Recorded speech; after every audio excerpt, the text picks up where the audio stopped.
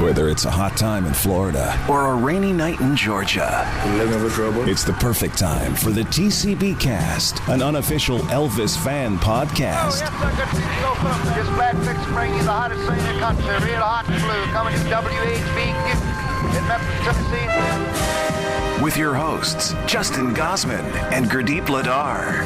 The TCBcast is on the air.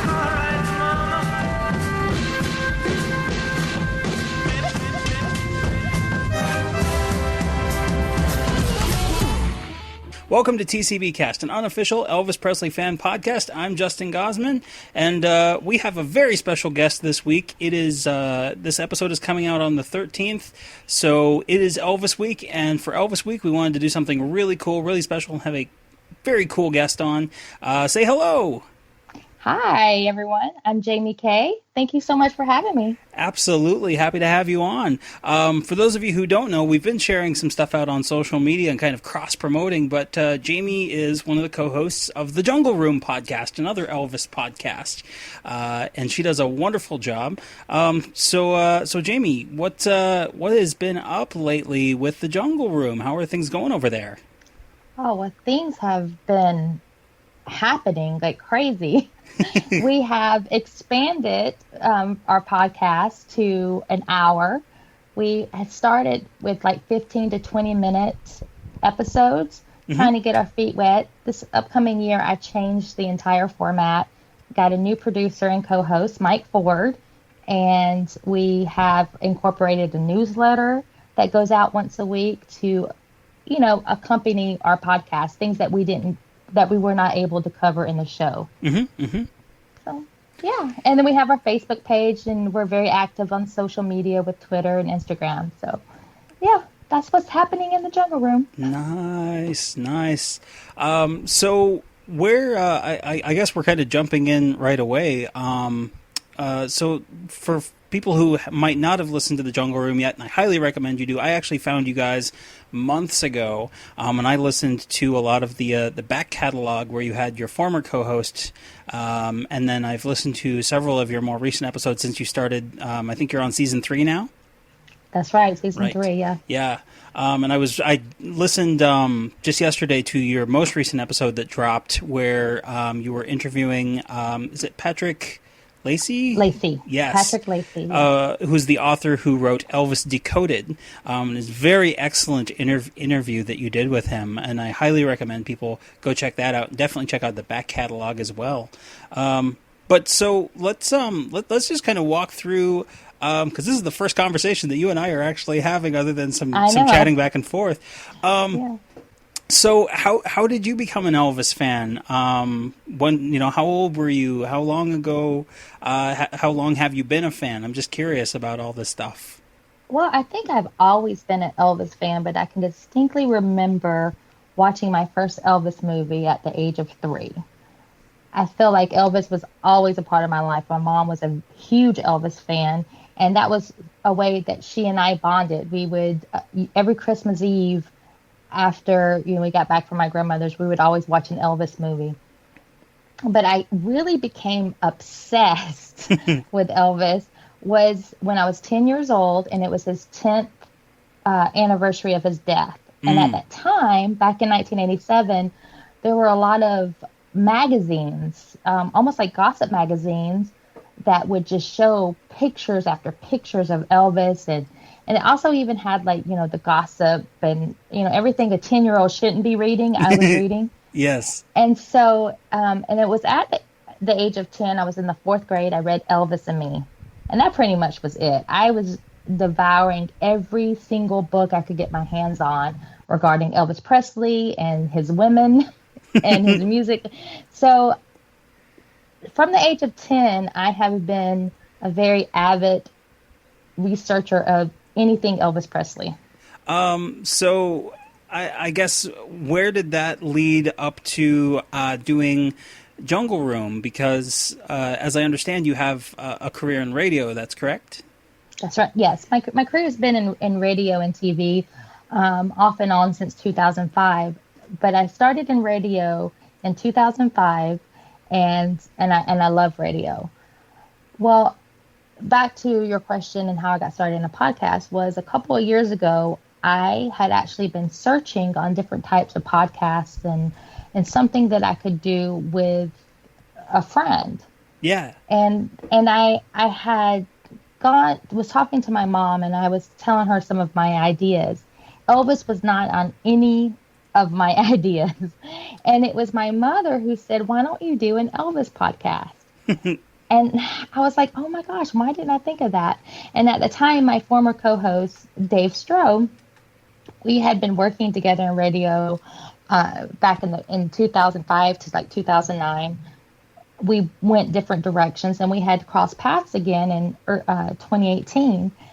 And he is old time radio. He didn't even know what a podcast was. And it took some major convincing to get him to do this with me.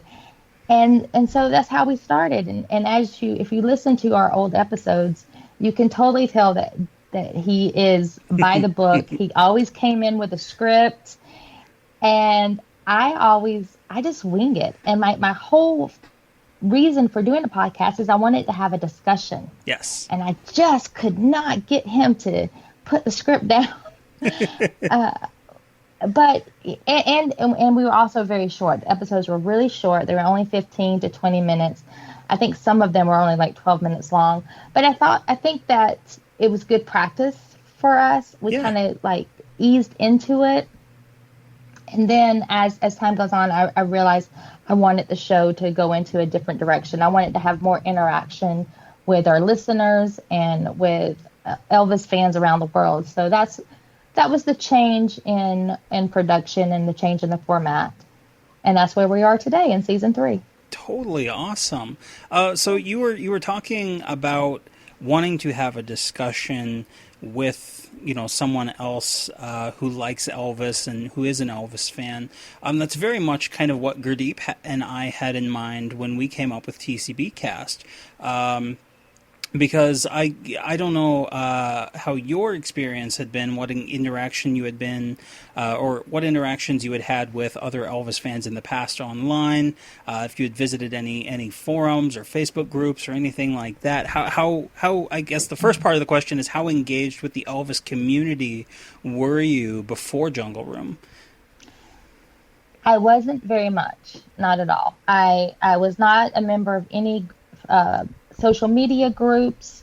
The friends that I had who were also Elvis fans were local. And it never went much more than that. And to be honest, I didn't know a lot of Elvis fans that were as passionate and obsessed as I am. So I wasn't really searching for it. Yeah. And I didn't know.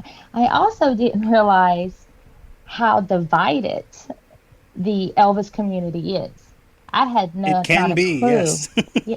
And so, yes, I have been schooled. You have no idea. I had no idea that just the division in some of the social media groups. I choose not to get involved in all of that. I would like to say I stay pretty neutral. Yeah. I have my opinions, of course, and I bring them up on the show, but I don't get into I have to hate this person because I like this person better. It's ridiculous because, in the end, I mean, let's be for real. Most of us didn't know Elvis Presley personally. Right. And he's gone, and we'll never know him. So I like to listen to everyone's stories who had a legit relationship with Elvis. Mm-hmm. And I come from that standpoint because he was a wonderful man. And I am in awe of anyone that got to meet him or see him perform live. We had someone on our show who was the vice president of a fan club, King's Court, from the 1970s. And Bruce Springsteen was a member. And yes. He had followed Elvis from 1956 to 1977. And his stories were amazing. And those are the types of stories that I want to bring to our listeners. Totally. One of our other regular guests on the show, Ryan Drosty, he's kind of the unofficial third host of TCBcast. He actually did talk about Bruce Springsteen being a member of the King's Court back on the. We did a review of Harum Scarum. It was around the 1 year anniversary of our show, and we did a review of Harum Scarum, and his song of the week that he picked was the Bruce Springsteen song Fire, which apparently was written for Elvis, and Bruce wanted Elvis to record it, and obviously Elvis never got the chance to, but he was talking about how I'm trying to remember which album cover it is, but you can actually see Bruce Springsteen wearing his King's Court pin on the album cover. Yes, and we've actually posted that picture on our Facebook page. Yeah. The week that we interviewed Richard Hess is his name. He was the vice president and co-founder of King's Court. Yeah. And he had, I don't know if you've heard that episode, but he had some really great stories. Definitely. So we're kind of taking a weird route from a normal episode of TCBcast, because usually, as most of our listeners would know, we dive into Elvis news, things that we've been up to, Elvis-related. But we're following down this kind of rabbit hole already, and I don't want to lose the momentum. So let's just continue talking, and we'll get around to all the other fun stuff, trivia and song of the week and all that later. But I did want to ask you, do you have any questions for me? Well, I do have some questions for you, but I don't want you to have to repeat yourself if it's been on some of your other shows. No, please do, because the hope is that we'll have crossover where some of your listeners come and listen to us, some of ours go and listen to you. Because I've asked you some questions that obviously some people will have already heard the answer to in terms of some of your favorite songs, your favorite albums, things like that, if they were listening to the Jungle Room. So feel free to Well, I would like to know how you became an Elvis fan at such a young age. You're 30 years old. And so, what was it that got you really hooked on Elvis? So, for the longest time, the way I told the story was that my mom's boyfriend, when I was 11, 12 years old, gave me a 3-cassette box set. It was the Artist of the Century box set. And I just found the music so compelling because I had been a fan of Grease. I had been watching Happy Days reruns. I was kind of interested in 50s culture. My grandma had grown up in the 50s. My grandpa had grown up. They were teenagers in the 50s, rather. Cool. And so they were very much of the age where they were coming of age and growing into adults at the time that rock and roll was first hitting the scene. And so my grandma was always very encouraging of listening to classic, rock and roll oldies songs, whether that was, stuff like Bill Haley and the Comets or Lloyd Price or, some of those oldies artists. She would encourage me to, and I was always a very musical child growing up, and I actually for the longest time wanted to be a singer, and then puberty hit, and I was like, yeah, that's not happening. But the way I told the story was that I was just interested in general 50s culture, and then he gave me this box set, and that was it. But there was apparently another step to the story that I had forgotten about over the years, because I actually I found a cassette tape recording of myself singing Blue Suede Shoes from when I was 10 years old, and I remember making the tape. It was just one of those little Fisher Price tape recorder things that you can that has the little microphone attached to it. Yeah. But I remember making the tape, but not necessarily that I was singing an Elvis song at the time, but I must have heard it somewhere, had been interested in some of Elvis's music at that point, at least some of the biggest hits, stuff like Hound Dog and Blue Suede Shoes and Don't Be Cruel. But then for sure, what really pushed it over the edge was getting that box set from my mom's boyfriend, who has long since passed away. But he gave me that box set, and it opened the door because there were 3 cassette tapes, and it was released as a CD set as well. But there was one for the 50s, one for the 60s, and one for the 70s. And I don't know if you're familiar with that set, but it was just this nice blend of, you had the big hits, but then you also had some of that deeper cut stuff. So like in the 70s, you would get stuff like For the Hearts and I've Lost You, alongside the obvious ones like Burning Love. In the 60s, there was stuff like Run On and Down in the Alley, alongside Suspicious Minds and It's Now or Never in the big hits, and same with the 50s as well. And so it was just like opening this door wide open, and I just became fascinated by the music. But I was always very interested in the history and the music, and that led to me picking up books. And my dad would he wasn't necessarily a big Elvis fan, but he knew that I was, and so he would encourage me. He picked up a copy of Elvis: What Happened. He picked me up a copy of some other biographies, and just kind of fed that interest. And then I remember my public library had a copy of Last Train to Memphis, and I rented that thing so many times that it was a running joke with the librarians of like, he's checking out the Elvis book again. I know. I used to, the librarians back home when I was growing up, they would say stuff to me because I would, check out the same Elvis book over and over again until a new Elvis book came about. I was a very unusual kid. Growing up when I did, Elvis was definitely not popular or even understood by people in my generation, by and large. And so I was not necessarily teased for being an Elvis fan, but it was definitely like, oh, he's the weird kid that likes Elvis. And right, and that was like with me as well, because when most kids were like into, for me it was New Kids on the Block and LL Cool J.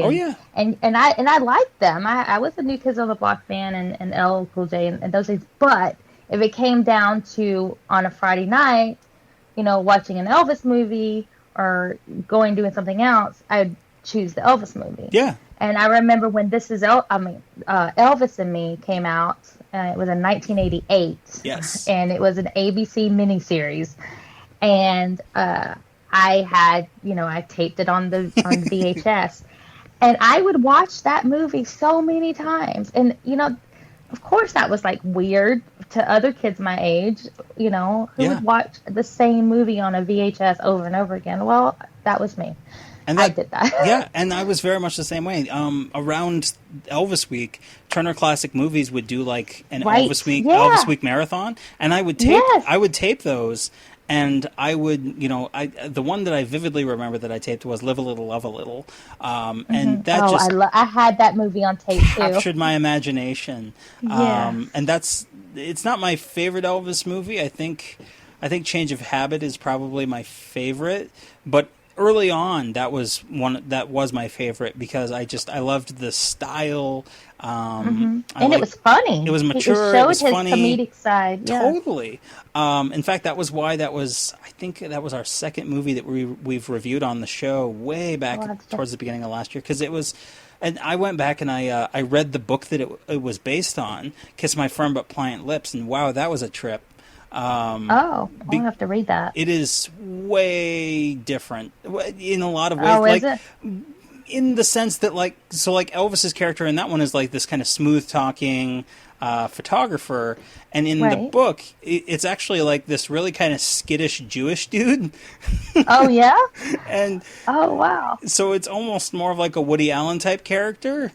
And, oh really? Yeah, and they changed that a lot. I know, but and yet, despite all the differences, the broad strokes of the plot are very similar. In fact, there are some scenes that are pretty close to verbatim pulled into the screenplay. But it's definitely a weird story. And in fact, the character that Greg brings home, the girl, when he comes back and then Michelle Carey's character is there as his sister or whatever. Yep. And so the girl that he brings home actually has an entire subplot in the book, that explains so much about what happens in that movie, where I'm just like, oh. And then I am so going to get that book now. And the other thing that happens too, that it helps explain what happens in the movie, is that Michelle Carey's character and her husband, it actually is explained in the book that they use the character. I'll just use the Elvis character, Greg. They use him to reignite the passion in their marriage. Like, they have him be the outside man that comes in and tries to steal her away. And so he's being manipulated into this relationship. And in all actuality, the reason why that she's not remembering the husband's name, and that she's giving these fake names and stuff like that, is actually because she's playing a role with her husband where he's going to come in and be the new guy in the relationship. So they're trying to revive their sex life. Oh, that makes total sense. So in the book, she doesn't end up with Greg. Well, she does, but there's a roundabout way that happens. And okay. Yeah, but it starts off, because in the movie, like, it's just completely bizarre. Like, there's no explanation for it. You just think she's nuts. But but when it's explained that, like, oh, they're trying to use him so that they can, like, liven up their sex life again. That makes so much more sense. Yes. Yeah, I always just thought it was just a quirky, crazy movie. Like, I just thought she was crazy. Yeah, and that's why with TCBcast, we try to go back on a lot of those movies that were based on books and things like that. We try to go back to the source and compare them. So like Loving You was based on a story from a Good Housekeeping magazine from 1957 that was about a character called Lonesome something. I can't remember the name off the top of my head, but he actually sings, the character in the story, the short story, sings the lyrics of what would eventually become Lonesome Cowboy in the movie. So that song is actually from the source material. And the rest of the story is mostly not the same. There's some elements that are similar. In fact, we haven't really talked about that one. We haven't reviewed it yet. But I love going back and seeing the evolution of that creative process and how some of those screenwriters took other material and adapted it for Elvis. And even like wasn't like King Creole, that was based on a book, and wasn't the book he was a boxer? Yeah, A Stone for Danny Fisher. Yes, he was a boxer in the book, not a singer. Yep. Yeah. Yep. And the whole thing is actually set in New York instead of New Orleans. That's right. Right. Yeah. Yep. And then the other one that was interesting, when we did the research for Harem Scarum, the screenwriter, Gerald Drayson Adams, had actually written several movies decades earlier, like the 30s, I think it was. They were adventure films that were set in the Middle East, and they actually all had a character in common, the Princess Shalimar character. Like, she was a recurring thing in his scripts for these Arabian-style adventures. And so Harem Scarum was just an evolution of his earlier movies and characters. But you wouldn't know that just watching this weird Elvis movie. Yeah, no. Wow. I'm definitely going to watch Harem Scarum because of you now. So do that, and then listen to the review with me and Gurdeep and Ryan Drosty. I will. Because we go off. Like, my brain got broken in the second half of that movie. Around the time of Golden Coins, the song breaks my brain, where I'm just like, guys, you have to rescue me from this movie. Okay. Okay. But it's a ton of fun, and that's that's partly why TCBcast came about, was because I've wanted to have these conversations with someone for the longest time, and it's never been something that I've had someone to do that with, that I was on kind of the same level. Because even when I talked with a lot of Elvis fans online, they were usually older fans that didn't have a similar life experience that I had. And so our perspectives were so vastly different, some of the fans that I've corresponded with over the years. And so, meeting Gurdeep, I had actually wanted to do a podcast about a year before I even met Gurdeep. And we... I was going to do it with, I had met a fan. I don't know if you know this. I made a short film called Never Been to Graceland. And no, I did not know that. Yeah. So you've never been to Graceland? So I've never been to Graceland, Neither have I. Which is where the film was inspired, got its title from. But the character in that film has also never been to Graceland. There's a whole story there. So where can I watch this movie? It's actually on YouTube and on Amazon Prime. Okay. Oh, I have Amazon Prime and a Red YouTube member, so Nice. I'll definitely check that out tonight. So, when I was making Never Been to Graceland, the guy that I originally cast as the main character in there, Michael, was a massive Elvis fan, and then he ended up having to drop out, but he was very charismatic. He was an actor, and then we were talking about sitting down and doing a podcast, and I've got actually still the recording from his audition where we just sat and literally talked for an hour before he even picked up the script and just talked about Elvis and talked about albums, Wow. talked about everything. And it was the first time that I had met someone around my age that I could have that type of conversation with, and in person. And then it ended up just not working out in terms of scheduling. He ended up not being in the film, and he ended up not being able to do a project like a podcast or a video series or something like that. So I held off on the idea, and then randomly I'm browsing the Elvis subreddit on Reddit, and I see someone who's just like, are there any good Elvis podcasts out there? And I'm like, there aren't. I've been looking for a while, and this was long before the Jungle Room, long before, No, I think we started our podcast around the same time. 'Cause I think started so. mine in February 2018. Oh my When gosh, did you ours start? started, I think, the end of February 2018. Yeah, so we were, because I remember looking, because you weren't around when I started mine, Yeah, because I was and looking neither for were you. an Elvis podcast. So yeah, so we were having the same idea around the same time. That was so cool. And so, yeah, Gurdeep was the guy, because I commented and said, I don't think there are any. I've been thinking about doing one, and there was a guy that I was going to do it with, but I just fell through. And then he goes, well, if it works out and we like each other well enough, and we have good rapport, would you be interested in trying it? And I was like, sure, I guess. So we had one phone conversation, and then we recorded our first episode. And then it's just been going since then. We've changed, obviously, the format has slightly evolved, and we've added some things and taken away some things and tried some different approaches. We've done movie reviews. We did one for King Creole where we actually did it as a commentary for the movie, so you can sync it up with the film. And I don't know if we're gonna do another one of those. There was a lot of dead air in some spaces because we just ran out of things to say. Or conversely, because it was King Creole, we just get engaged in watching the movie and not say anything. I know. Yeah, because that's a movie that you really can't stop watching because it's so good. Yeah. And so that's where That is so funny because, so apparently I was corrected. So my fiance actually on Saturday had said, do you ever listen to the other Elvis podcasts? And I said in my cockiness, well, there are no other Elvis podcasts. We're the only ones. And he's like, no, there's like this TCB podcast. And I was like, I thought it was, the EPE. I was like, the Graceland podcast. Yeah. And he was like, no, and he showed it to me. And I'm like, get out. Well, apparently, so I was talking, I put you guys on Facebook and I've been listening to you guys' most recent episodes. Yeah. And then I'm going backwards. But no, it's okay. Apparently, a listener had messaged me a few months ago and had told me about you guys. And I guess I'm sure you get this too. We get a lot of messages from listeners, and sometimes if depending on what I'm doing in the day when I'm reading the message, it can get easily forgotten. Yes. So totally. when I was promoting you guys and talking about you, because I was so excited, I'm like, oh, there's another Elvis podcast.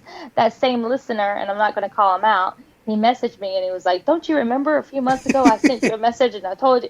I'm like, oh my gosh, I'm so sorry. But you guys are like really awesome because what I like about your show is that I'm a trivia buff and I love history too. I love to read historical things and I pride myself on, trivia based questions. Yeah. I mean, I have learned so much about your show.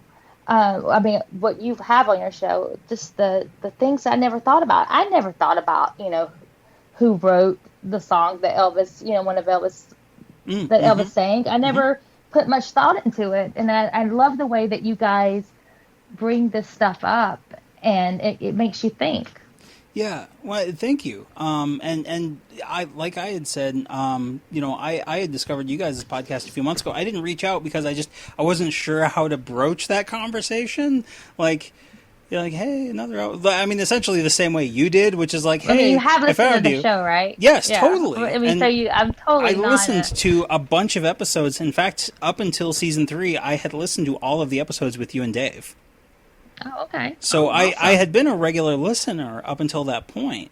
And then this year, it was just been a crazy year.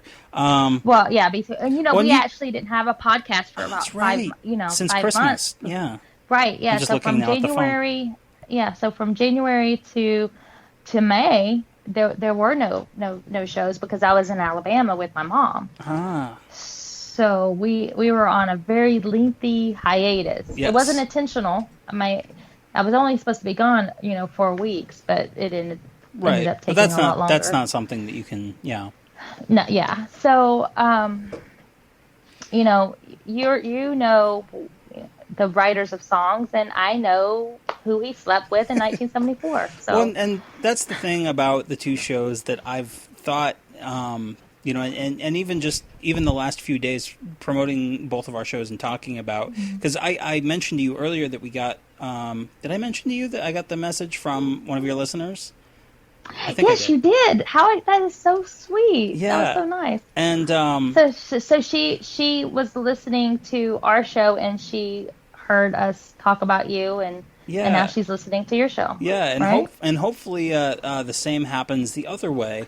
But she messaged and she had this really, really nice message, and she had some suggestions and things like that. And she was talking about the difference between our two podcasts, and that there were things that she was looking forward to us covering, and things that she listens to you guys cover. And what I had responded back to her, and I'll read it when Gurdeep gets back and kind of give him an opportunity to respond as well, because most of the message is more about other stuff topic-wise. But comparing the two podcasts, I mentioned that the great thing about the two podcasts is that you have such a different focus, because and the way I'll just read what I wrote. I said what makes the Jungle Room and TCBcast complementary to each other is that Jamie and Mike are on their own journey of exploration of and understanding Elvis as a person. Ours is about the creative journey of that person. To put it in Elvis book terms,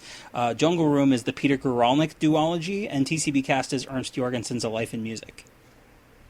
Yeah, that is pretty much it. Wow, you're an amazement. Yeah, you were totally right. And because I have actually, like today at work, I was listening to your show, at work with my earphones in, and you guys have such a good rapport, and the way that you feed off of each other, it's really nice to listen to. It's not a gimmick. It's actually very, relaxing to listen to the two of you. And I was a little, apprehensive about coming onto your show because I am such a dweeb and I don't think before I speak, and you guys are so articulate and so polished, and then I'm like, I don't want to do anything to diminish their show. No, you're doing a wonderful job. And in fact, having heard you on the Jungle Room, I know that, like you said earlier, you like to wing things on that show, and that's exactly what we kind of do on our show. Like, we sound more articulate than we really are, and a lot of that comes out in editing because I tend to cut out the most obnoxiously off-topic bits. Gurdeep sometimes we do that too. We do edit some things, but Mike likes to leave things in. Like, the dorkier I sound, the more he wants it to stay in, and that gets on my nerves. No, and that's some of the best stuff, and that's been the most fun. Not just having Gurdeep as my co-host, because he certainly brings enough goofiness, but even bringing on Ryan as kind of our unofficial third host. Jaime Kay, I don't know if you're familiar with Jamie at all. He used to be an ETA, now is an independent musician and an actor. And having him on, he is a geek, totally in terms of, he's a massive comic book fan in terms of DC Comics and Ninja Turtles and Marvel and Twilight, and he's big into that type of stuff. And so we like to have people on that have that same level of kind of geekiness that we do, but also have the same kind of similar life experience as a young Elvis fan or growing up after Elvis passed away. And certainly we've had like Anthony, who was on our show earlier this year. He had more of an experience being an Elvis fan while Elvis was alive to an extent.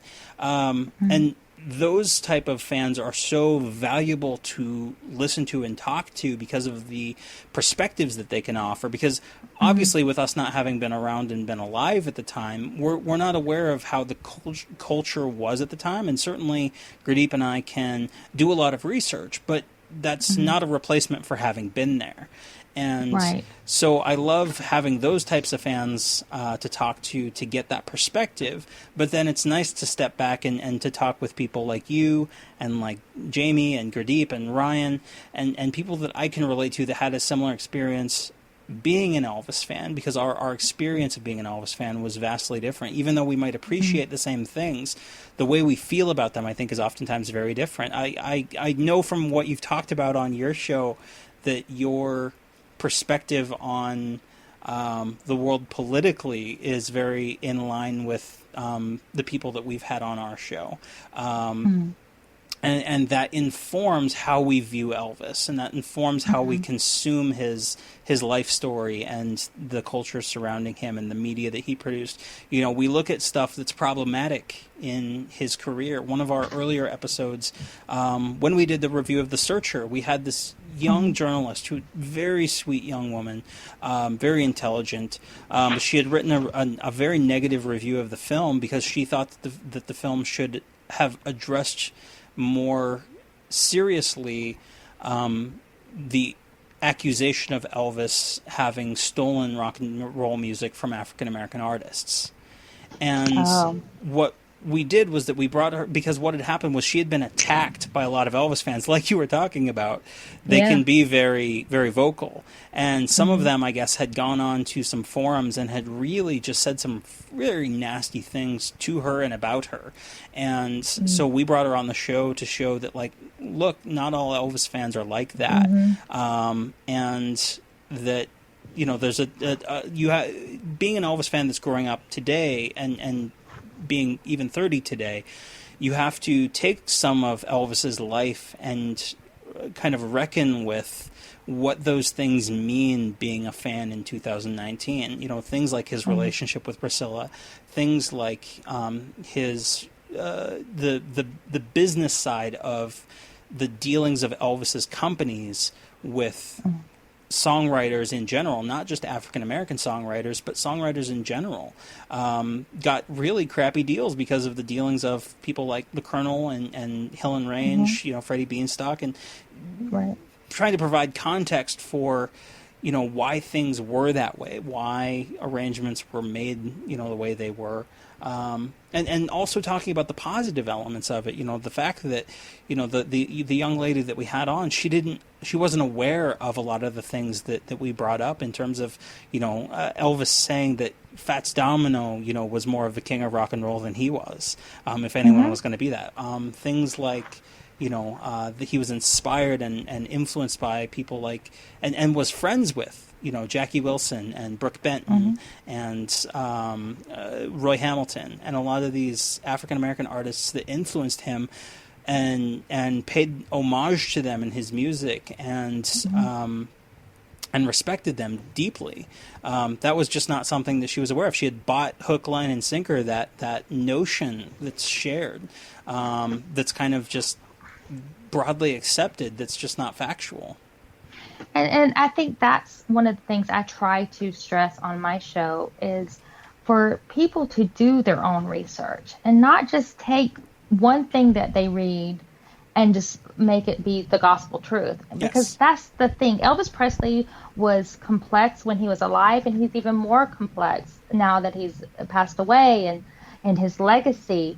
You know, he wasn't just a simple person. He had a lot of life in his 42 years. Yes. And you have these different groups of people in the Elvis world that they've chosen these sides. And even when logical evidence shows otherwise, they're not going to budge. And it comes to a point where you're just like, okay, people are going to believe what they want to believe, and that's fine. But we've sort of lost our way, and I think a lot has to do with social media. As great as it is, people are forgetting to be kind to one another. Totally. A lot of the things that we believe or that we think we know is because that's what has been told to us, and that's what we have read.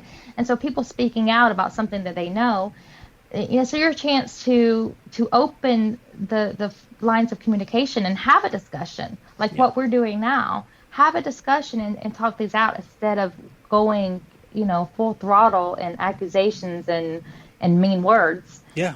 Because it's ridiculous and it doesn't solve anything. And I've recently been, I don't know if you've been exposed to it or not, but in the last few months, last few weeks rather, individuals who did not like what we talked about on our show or liked the opinions that I voiced on my show, they've come at me on social media, and it's ridiculous. It's just, there's no point to it when I have made it very clear I like to have discussions, and I'm totally open to listening to all points of view, because that's one of the reasons why I started my podcast, was to have these discussions with everyone and, certain people in the Elvis world. Mm-hmm. I'm not out to trying to be right. I'm just trying to have a discussion, just like you are. Well, and I think sometimes too is that I think, and this is, it applies more broadly, but we can scale it down to Elvis specifically, since we're on the topic. But in terms of people not giving people the opportunity to change their mind and to not feel out ideas, we've gotten to where if someone says something, then that's what they mean, and that's all they'll ever mean, and that's all that they will ever stand for, and that's all they'll ever believe. You get to where people aren't allowed to change their mind anymore. People aren't allowed to have nuanced opinions. The shades of gray are increasingly harder to find and accept and be accepted, because that's one thing that I have had to reckon with. As an Elvis fan, there's a lot of things, topic-wise, and I know that on your podcast, you've been dealing a lot with the fan culture surrounding the Elvis phenomenon and how that has been divided into the kind of subsections of who believes this and who doesn't, believe that, and where's the truth in amongst that.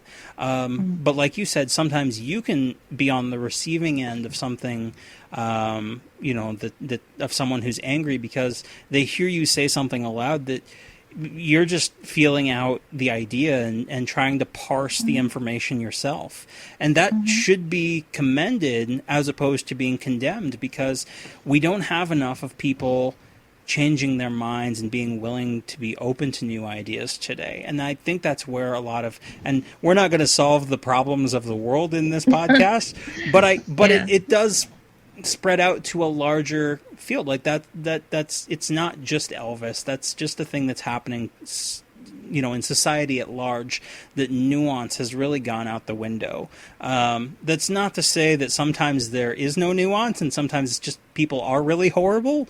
But definitely, I've always been taught and was always raised and still believe that it is extremely important to do your own research. And even with, the stuff that Gurdeep and I bring to our show, there's so many times that we get corrected on things that we either didn't know or didn't understand. We made incorrect assumptions about, and I'm always, and Gurdeep's always more than happy to, view things from a new perspective. And that's why even like talking with older fans about things, one thing that Anthony, one of our previous guests, I had for years been very, I'd been disillusioned with the Peter Guralnick biographies. I thought they were a wonderful resource. I thought they were extremely well written and well researched.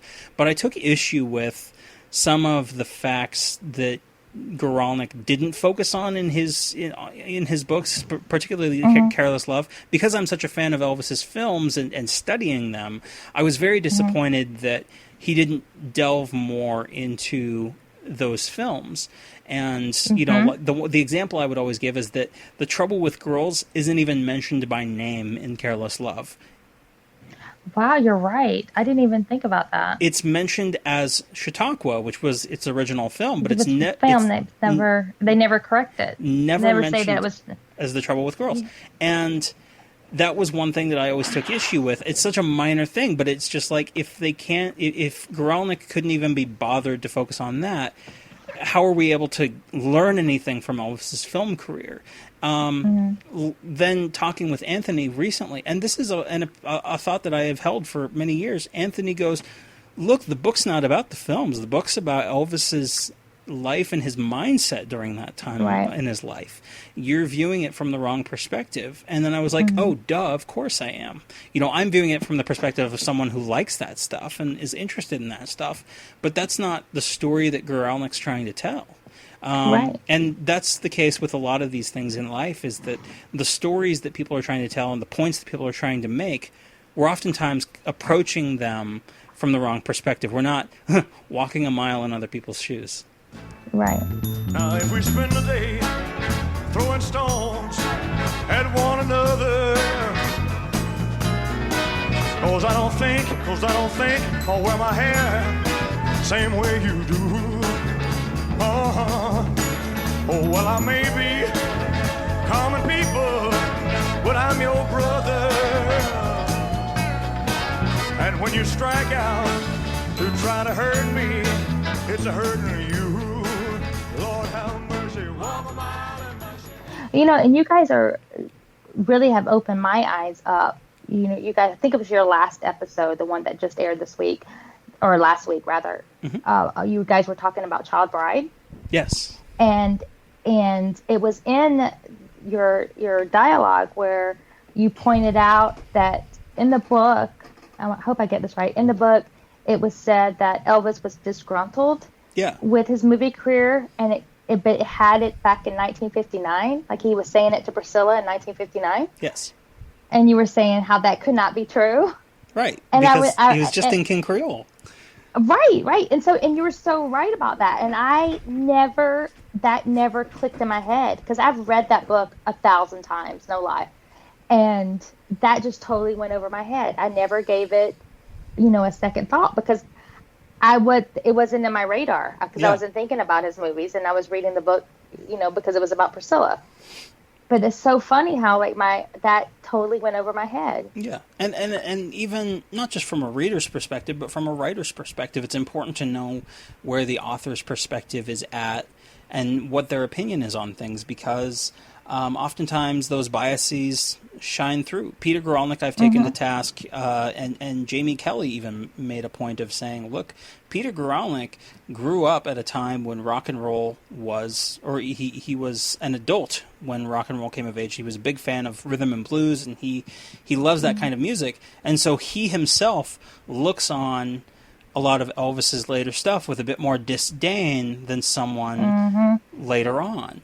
And it's not, he tries to be as objective as he can, but it still is going to come through in his writing that he feels that some of that material, and same with Ernst Jorgensen. I mean, he was a young Elvis fan in the 60s, and even running Elvis's, branch at Sony and RCA before it, he had his own biases that affected, the liner notes that went in, what tracks were selected. But it was just, those personal biases come in the smallest of ways that you have to take into consideration when you're reading, because you can look at some objective facts, but even, and especially with those biographies and tell-alls and things like that, people's memories are terrible, and people have had time to sit on those thoughts, and so even like Priscilla's book in the 80s, I think if she wrote a book now, a lot of what she would put would be different.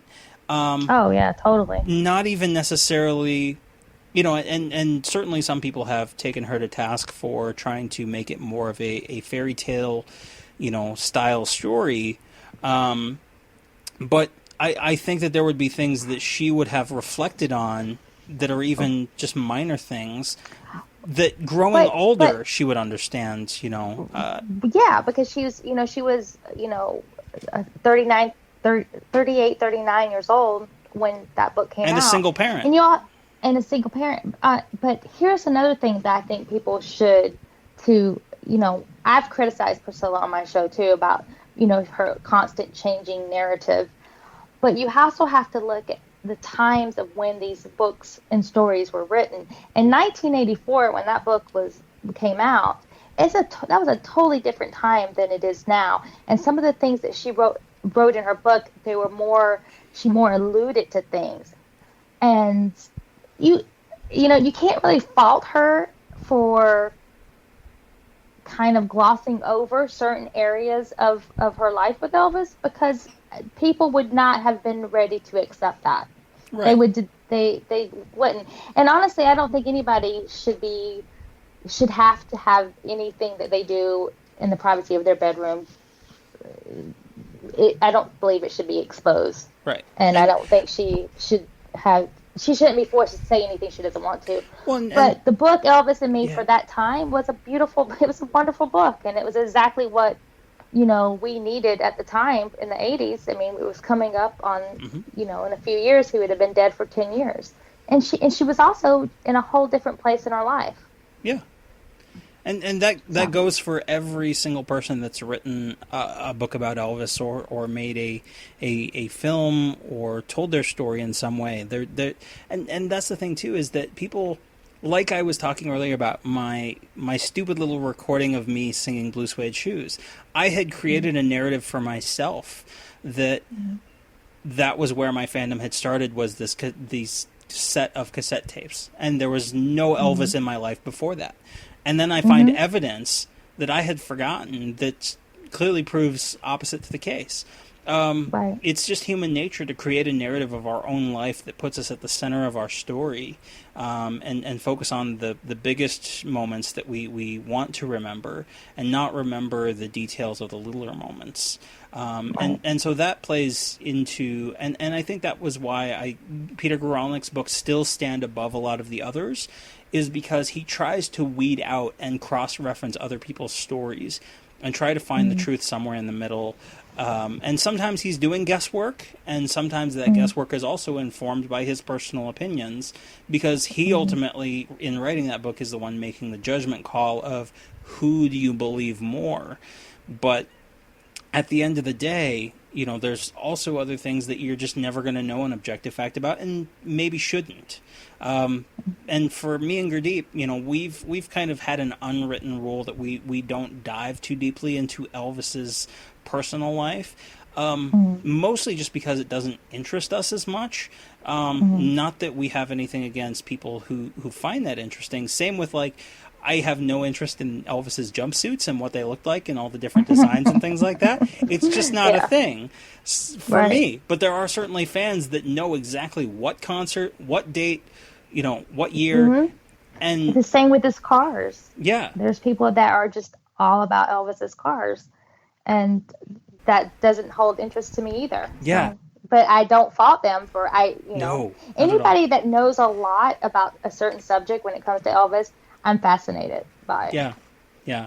And so, for me and Gurdeep, we're definitely much more in the academic, music history end of things. Yes, you are. And some film history as well. Not quite as much as the music, but that, I think, like I said, in that response to the gal who emailed in, we're Jungle Room and TCBcast complement each other well because we have different focuses, and you, like I said, you're on a journey to understand Elvis and find, what your truth about Elvis is going to be.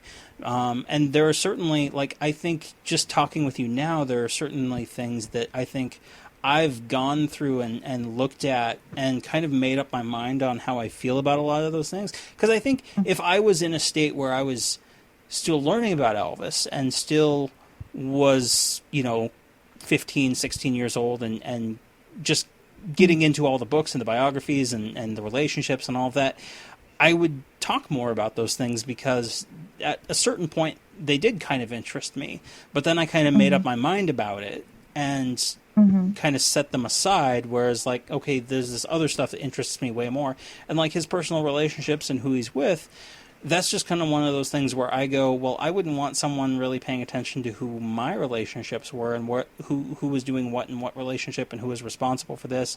And so I try to treat Elvis like, as much as I can, like someone I knew from work. You know, I don't want to necessarily hear what's going on in their personal life, but I want him to do a good job when he's at work with me. And so I'm aware of those things. It's like you hear about a coworker's, you know, divorce that they're going through, or you hear about, you know, that's kind of how I view all of that. Well, you know, unfortunately, though, you know, these women that were with Elvis, you know, they did go on to write books or they do interviews. And so it's pretty much putting it out there. Yeah. And so it's you're kind of, even if you didn't want to know, you know now. Right. And I think it goes back to, you know, all his, you know, escapades in the bedroom and the things that he was into or not into. You know, I would have much rather not know any of that because it does, you know, it's, you know, what Elvis said it himself, you know, the man is one thing and the legend is another. The image is another. So we have the image of Elvis on screen and on our records, and that's the image. And then there was Elvis the man. And somehow or another, through all these years since his passing, with all the books and the articles written about him, it's kind of gotten entwined, and it gets a little muddy sometimes. Yeah. That you forget that he is more than an image. He's a man, and we've kind of been absorbed to make it just one whole thing. And that's sad. Absolutely. And I mean, that I think goes right back to where I kind of want to end the topic, which is it's now Elvis week, and 42 years, you know, after Elvis has passed away, you know, how would Elvis have wanted to been remembered? You know, what are the ways that we as Elvis fans can, you know, honor his memory without putting him on a pedestal, without discrediting him either. You know, where's that middle ground? And I think you're onto something, definitely, on the Jungle Room, in terms of digging for a truth for Elvis amongst all of the different stories that have come out over the years. And I think with TCBcast, we're trying to reassert that his contributions to culture mattered. Because that's one thing that I've always found troubling is the idea that, you know, well, maybe rock and roll only, you know, started with the Beatles and, you know, that was it, you know. Yeah. So I definitely have to commend you for everything you do on your show, and thank you for, you know, everything that you've said about TCBcast. So. Yeah, and same back to you. I mean, I really appreciate you guys. I've learned a lot from just listening to the few episodes I have, and I'm excited about continuing to listen to you. I still have a lot more to listen to, so it's going to be interesting to me to kind of go back to one of your first few episodes, since I haven't got that far yet. Yeah, no, and like I said, I've listened to a lot of this, but I'm definitely going to catch up on the last few that I've missed. But I did catch that most recent one. Highly recommend that people go check out the Jungle Room podcast and hear. You can't see a podcast. Yeah, you can't see it. Here. But I'm going to tell you, make sure you go back and listen to the interview that we did with Richard Hess, who was the vice president and co-founder of King's Court Fan Club. Definitely. You will really enjoy his stories. Definitely. Very valuable stuff. So Elvis news-wise, I kind of did want to get your take on some of the more recent Elvis news that we've heard. And obviously people who want to hear more, because we can't cover everything right now, but I just want to get your hot takes on some of the real big things. But obviously people should check out the Jungle Room for your more in-depth looks at those and your opinions. But just briefly, what is your take on Austin Butler being cast as Elvis in the new biopic? Do you think he's going to do justice? You know, I am not going to have an opinion on that until I see the movie. I think people are really putting a lot of pressure on the guy. Uh-huh. I have to. I'm going to save any judgment until after I see the movie, because I feel like, there's going to be a lot of pressure for any actor that is going to play Elvis. As I know, Elvis fans are a prickly bunch. They are very quick to share their opinion if they like or dislike something. Oh, so yes. I understand the concerns that they have about this actor, but I'm cautiously optimistic. I think he can do it. At least I hope he can, and we'll see how it goes. Definitely. Have you seen? I'm not sure if you're much of a Tarantino fan, but did you see Once Upon a Time in Hollywood? I am seeing that tonight, actually. Oh, nice. Yeah, Gurdeep. Yes. Gurdeep saw it because Austin Butler is in it, and he said that Austin did a great job in that. So. Oh yeah. Okay. I'm looking forward to. Well, who is he playing in the movie? He plays Tex Watson, who is a member of the Manson family. Oh, okay. Yeah. Oh, wow. That's a stretch, isn't it, to go from a member of the Manson family to Elvis Presley? Elvis Presley, yeah. Oh, my goodness. Okay, Right? well, I guess we'll see. I mean, Totally. we got a long time to go before that movie comes out. I know, it's like 2021 it's supposed to come out, October Oh, my 2021. Ugh. Really, that long? I was I thinking it was know. going to be like 2020. Yeah, Well, what's interesting is that Tom Hanks was the one that he was cast first Yes. before anyone. And that's amazing. And I know there's a lot of people that hate on the fact that Tom Hanks is playing the Colonel. Tom Hanks is one of those actors that, yes, it's Tom Hanks playing it, but he is so good at adapting the mannerisms of his characters that you forget it's Tom Hanks. absolutely. So No, I have faith in him that I- he's going to really do great as the Colonel. yeah, I hear people's criticisms of, that kind of worry that he's going to go the route of, like he did in Saving Mr. Banks, kind of that whitewashed Walt Disney-esque version of the Colonel. I really don't think that's going to happen. No, I don't think so either. Yeah. So then that's one thing that's been more recent. And then when this episode comes out, Live 69, the box set, and the American Sound release will have been out for a few days. Were you planning on picking up either of those or listening to those? Of course, yeah, most definitely. I already have. I think I pre-ordered the Live 69 already. Ooh, I have sweet. to look. Yeah, no. Have you got yours? Have you placed your order? So I don't think I'm going to purchase Live 69. I think I will stream all of that. However, I am going to pick up American Sound because I adore the 1969 American Sound sessions. They are probably far and away my favorite recording sessions that Elvis did. I think he was at his absolute creative peak in those early 1969 sessions. So I am so down for that. Yeah, it's really hard to believe. I mean, I know, 67 is when Elvis and Priscilla got married. They had Lisa Marie in 1968. And in 69, we have all these great things, but it doesn't seem like it should be 50 years. Right? Even though we did this in, 2017 and 2018 with those things in the 68 comeback. But it just seems unreal that it's been 50 years. Totally. Which is before both of our times. I know. We weren't even alive then, but still. But as I get... It doesn't seem like it should be that long. Yeah, and that's one thing. As I've gotten older, because I'm only 30 now, and one thing that I've noticed, and I'm sure a lot of people have this realization, is as you get older, you start to realize just how short lives really are and how short time, how quickly time passes, and also how close to the past we are. I think sometimes people tend to forget just how close we are to major historical events. When I was growing up as a child, I would, you grow up and you get taught all these things from history, and you tend to think of them as having happened a really long time ago. But then as you get older, you start to realize, like, oh no, these were actually within the lifetimes of people that I know.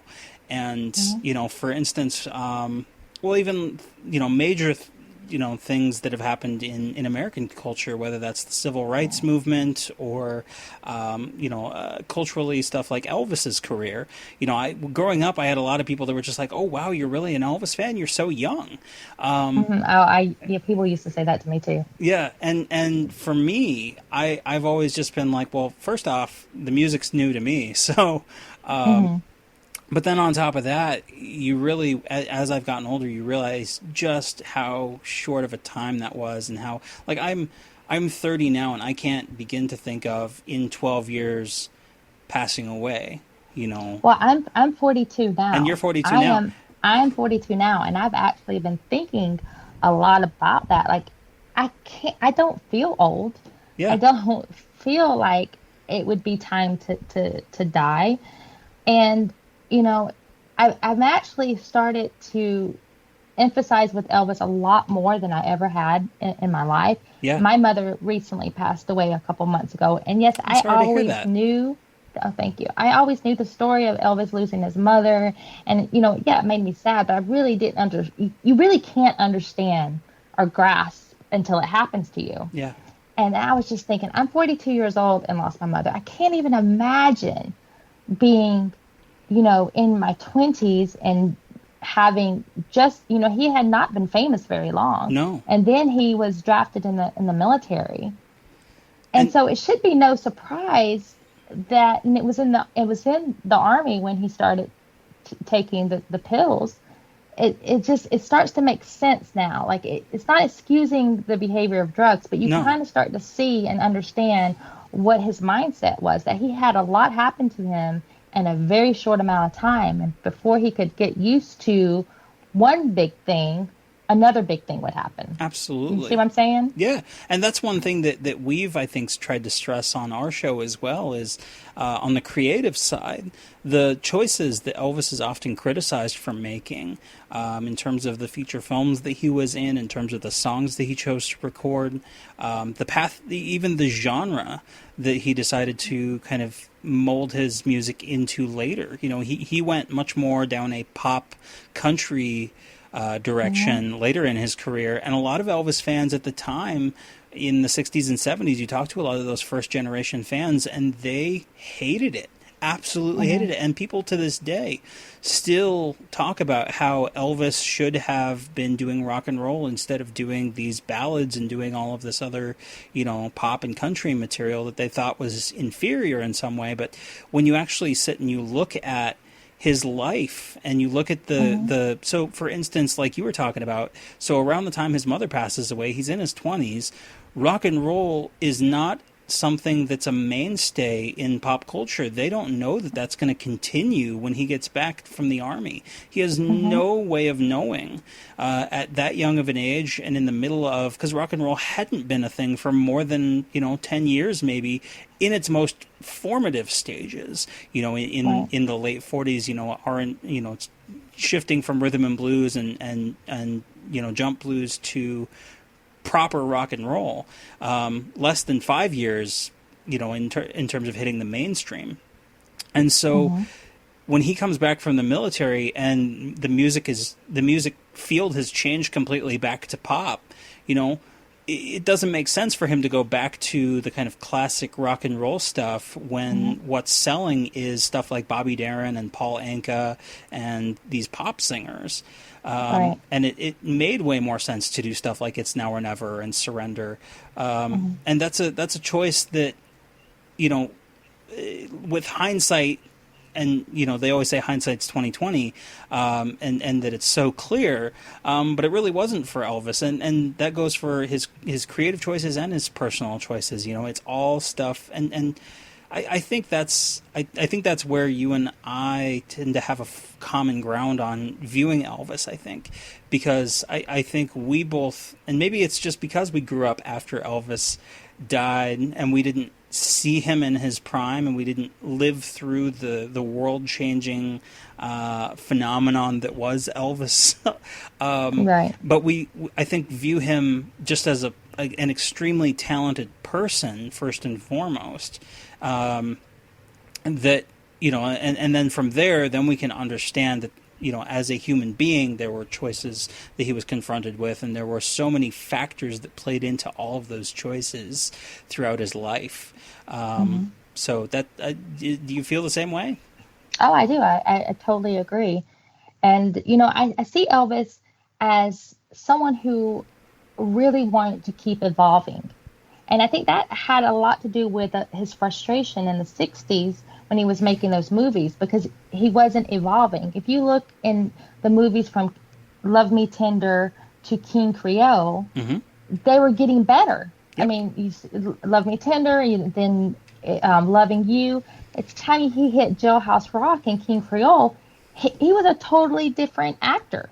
He totally was starting to evolve, and to have those movies where you're starting to progress and then go into the military, come back, and then all of a sudden you're stuck making GI Blues. you see, and he stopped evolving in the 60s. Yeah. And then you get the 68 comeback, and 69, 70, you start to see him evolve. And even in 77, when his health was declining, you have the song Way Down. And definitely he was still trying to move ahead, not continuing going back. And I think when he started to feel like he wasn't going anywhere, that he wasn't evolving, that had a lot to do with his frustration. Totally. And because when you're a creative person, especially a person with such incredible talent like Elvis, and you are not able to progress and evolve with your art, it's going to kill you. Yeah, it really is. Well, and I think that's how we if you really follow Elvis's story, you see a lot of his temper, his frustration, his drug use. A lot had to do with his not being able to properly release his creativity. Totally. I've always felt that Elvis was at his best when he felt like he had something to prove, or that he was challenged in some way, whether that was at Sun Records and early at RCA, when he had something to prove there, as he was getting into the movies and really had to prove himself to Hollywood. And then later on, even now, talking about Vegas 69, like he had been away from performing by and large since the early 60s, with those couple concerts that he did then. He didn't have any clue how that was going to go for him. And so you listen to those to those live recordings, and they're absolutely on fire, because he is so engaged, and he's so just riled up and ready to take on the challenge of being there. And then you see that slip away as it becomes something that he's forced to do, he's obligated to do. Right. Or he starts to feel complacent. Right. And that was that's the other thing too. And I think sometimes some fans lose sight of the fact that Elvis himself was not necessarily a person with a lot of self-motivation skills. He was not a songwriter, and he didn't, express himself through songwriting, unlike some of his contemporaries that they like to, talk about in terms of like Paul McCartney or Bob Dylan, or some of those, kind of folk rock and roll singers of the era that he was being compared to in terms of success.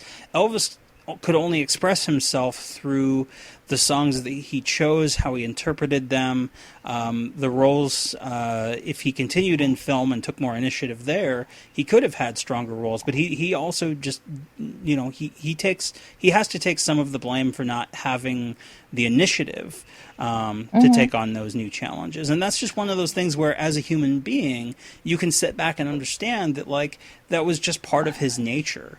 But I think sometimes people tend to get it in their heads that, Elvis should have at every junction in his life chosen a route that was optimal, when if they were in his shoes and living the life that he lived and being his personality, I don't think that they would have made different choices, because there's just so many factors at play.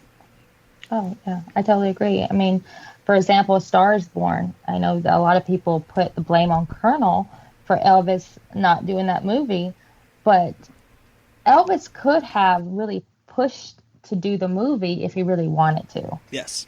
And I think there was fear was what was keeping him back, not having second billing. Yeah. I think at that point he was afraid because of what happened in the 60s with his movie career. But I think that was one of his biggest regrets, is not doing more with his acting. Yeah. And in Careless Love, I know that there's, I don't remember what part of the book it is year-wise, but I remember one thing that stuck out to me early on reading through that as a teenager and kind of getting to be familiar with Elvis's life and his story and his career, that Elvis started working on like a treatment for a movie where he was going to be like a detective, was going to, like, a detective that used karate, and it was going to be like a police thriller but with martial arts, but then never followed through on that. But that was the type of thing that could have been a challenge for him had he taken the initiative and followed through on that. What do you think would have happened with Elvis's career had he lived? You know, the book, Elvis, What Happened, had came out 2 or 3 weeks before he died. Yeah. And he was really afraid how the fans were going to react to what was in the book. What do you think would have been his path had he lived? You know, I think Gurdeep has posed this question to me, and I didn't have a good answer, and I've kind of mulled it over because I tend to view the world with kind of that chaos theory sort of mindset of there are just so many things bouncing off each other that it's hard to predict where something would go, depending on, because, like, you wouldn't know how the audience would really, or how his fans would really react to Elvis, What Happened. Like, we know now in retrospect, with him dying, all of a sudden it was like, oh, looking at this book, it's very obvious that there were all of these problems. But would have, if he had been alive and would have stayed alive and hadn't even necessarily even had a death scare, would the fans have even believed the book? Or would have just been, you know, viewed as like a cash-in, tell-all type thing? Because that can happen sometimes, even with celebrities today. So that's a factor as well. I think if he... And again, the other factor there, too, is the Colonel. Because if the Colonel is still in charge, I don't foresee anything changing in the immediate future in the late 70s, early 80s. But I would have liked to have seen him continue down the route of performing country music. I would have liked to have seen him not maybe necessarily as an actor, but as a film producer. I think he would have done an excellent job. He was a great ideas man, but he wasn't necessarily as great on the details. And I think he would have been a very excellent film producer, or I don't know if necessarily a director even, because again, the detail thing was not really. He liked to leave a lot of that to the other people. I mean, even in terms of compiling his albums, he was never really involved in that, and packaging the films. There were only a couple times, I think, even on some of his movies, like only once or twice that he ever really expressed a whole lot of interest in how the film was put together in terms of editing. And the guys in the Memphis Mafia essentially said, dude, that's boring, you know, leave it alone. And, you know, so that curiosity, too, was dampened by the people around him at times. Not that I have anything against or could say anything against, you know, any of the people surrounding him at the time. But there were certainly times where I think his curiosity had been piqued throughout his life, and for whatever reason that was, whether that was people around him, whether that was Colonel, whether that was his own laziness, I guess, he just didn't follow through on an idea. But I think, for me, I would have loved to have seen him maybe get back into film in a producing role, and musically I think he probably would have gone further, kind of like Johnny Cash did in the 80s. Went to more of a gospel country style. And maybe by the 90s and 2000s might have had a resurgence amongst younger fans, kind of like Johnny Cash did. Right. I could totally have seen Elvis as one of the Highwaymen, you know, Willie Nelson, Waylon Jennings. Yes. Yeah, I could totally see him being in that group. But that's just me. Down through the years, we've we've had hard times and tears, but it only makes our love grow. And we'll stay together no matter how strong the wind blows. Not once have I seen your blue eyes filled with envy or stray from the warmth that they hold. True love travels on a gravel road. Yeah, well, I mean, even if they did like a well, after Elvis passed away, there was the Class of '59. I think it was the album that came out where it was Roy Orbison, Johnny Cash, Carl Perkins, and I think Jerry Lee Lewis was on that. Maybe not, but it was almost like a $1 Million Quartet thing, you know, and that would be something. That he could have been involved in, kind of a revival of that 50s rock and roll. Because, I mean, he mostly ignored that in the 70s, because there was starting, I mean, with American Graffiti, with Happy Days being on the air, there was nostalgia for the era of the 50s, and I know that Elvis tried to stay away from becoming just an oldies act, but I think there was definitely something to be gained from the phenomenon, and Grease was right around the corner too. I was getting ready to say, Grease, you know, in the part where Rizzo is singing her solo about Elvis, let me be. Keep that pelvis far from me. Yeah, so that was actually filmed August 16th, 1977, the day Elvis died. Yep. Isn't that crazy? I know. That's one of those things that gives me goosebumps. Totally. Well, we've already had some phenomenal conversation. We'll continue. I've got some more questions for you, but I'm wondering if you want to try trivia.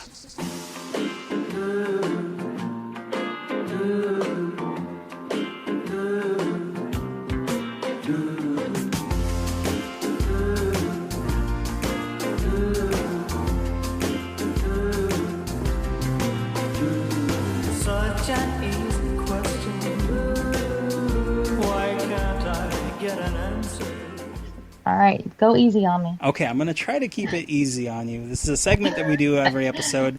I've heard it. You guys ask some hard questions. We do, but we also know that like we're really, really big nerds in terms of some of this stuff. So I definitely made these a little bit easier. So hopefully you should be able to get these. And I hope that you get them all, because then I can taunt Gurdeep with the fact that you got them all. Okay. So, all right, here we go. This one, in 1953, Elvis performed a song during his high school talent show that was originally by an artist named Teresa Brewer. What was the name of that song? Now, this is a multiple choice one. I'll give you four choices. Is it Oh Shep? It's not. Oh, well, hang on. You said multiple choice. Multiple choice. Multiple choice. Okay. It's okay. Sorry. It's okay. So, A, My Happiness. B, Keep Them Cold Icy Fingers Off Me. C, Till I Waltz Again With You. Or D, Old Shep.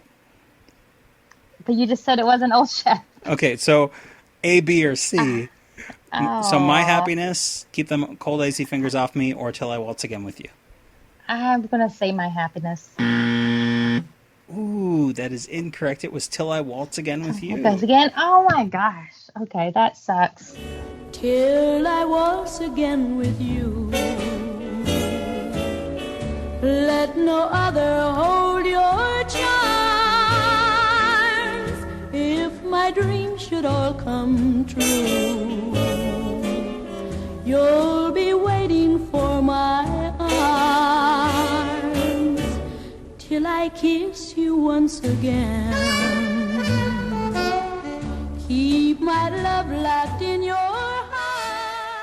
However, Teresa Brewer did eventually record it. Connie Francis was the first person who recorded it that Elvis would have heard that from. But Teresa did record it, I think, in the 60s. But isn't it in some of the articles and stuff, they have it, they do promote him singing Old Shep, right? Yeah, and So- there's some debate on some of the forums about whether or not there were actually 2 talent shows that Elvis did in high school, as opposed to just one. Okay. Did you know All that? Right, fair enough. No, I didn't know that either. Yeah. I thought I had seen, in a reenactment in one, some Elvis movie or Elvis show, him singing Old Shep.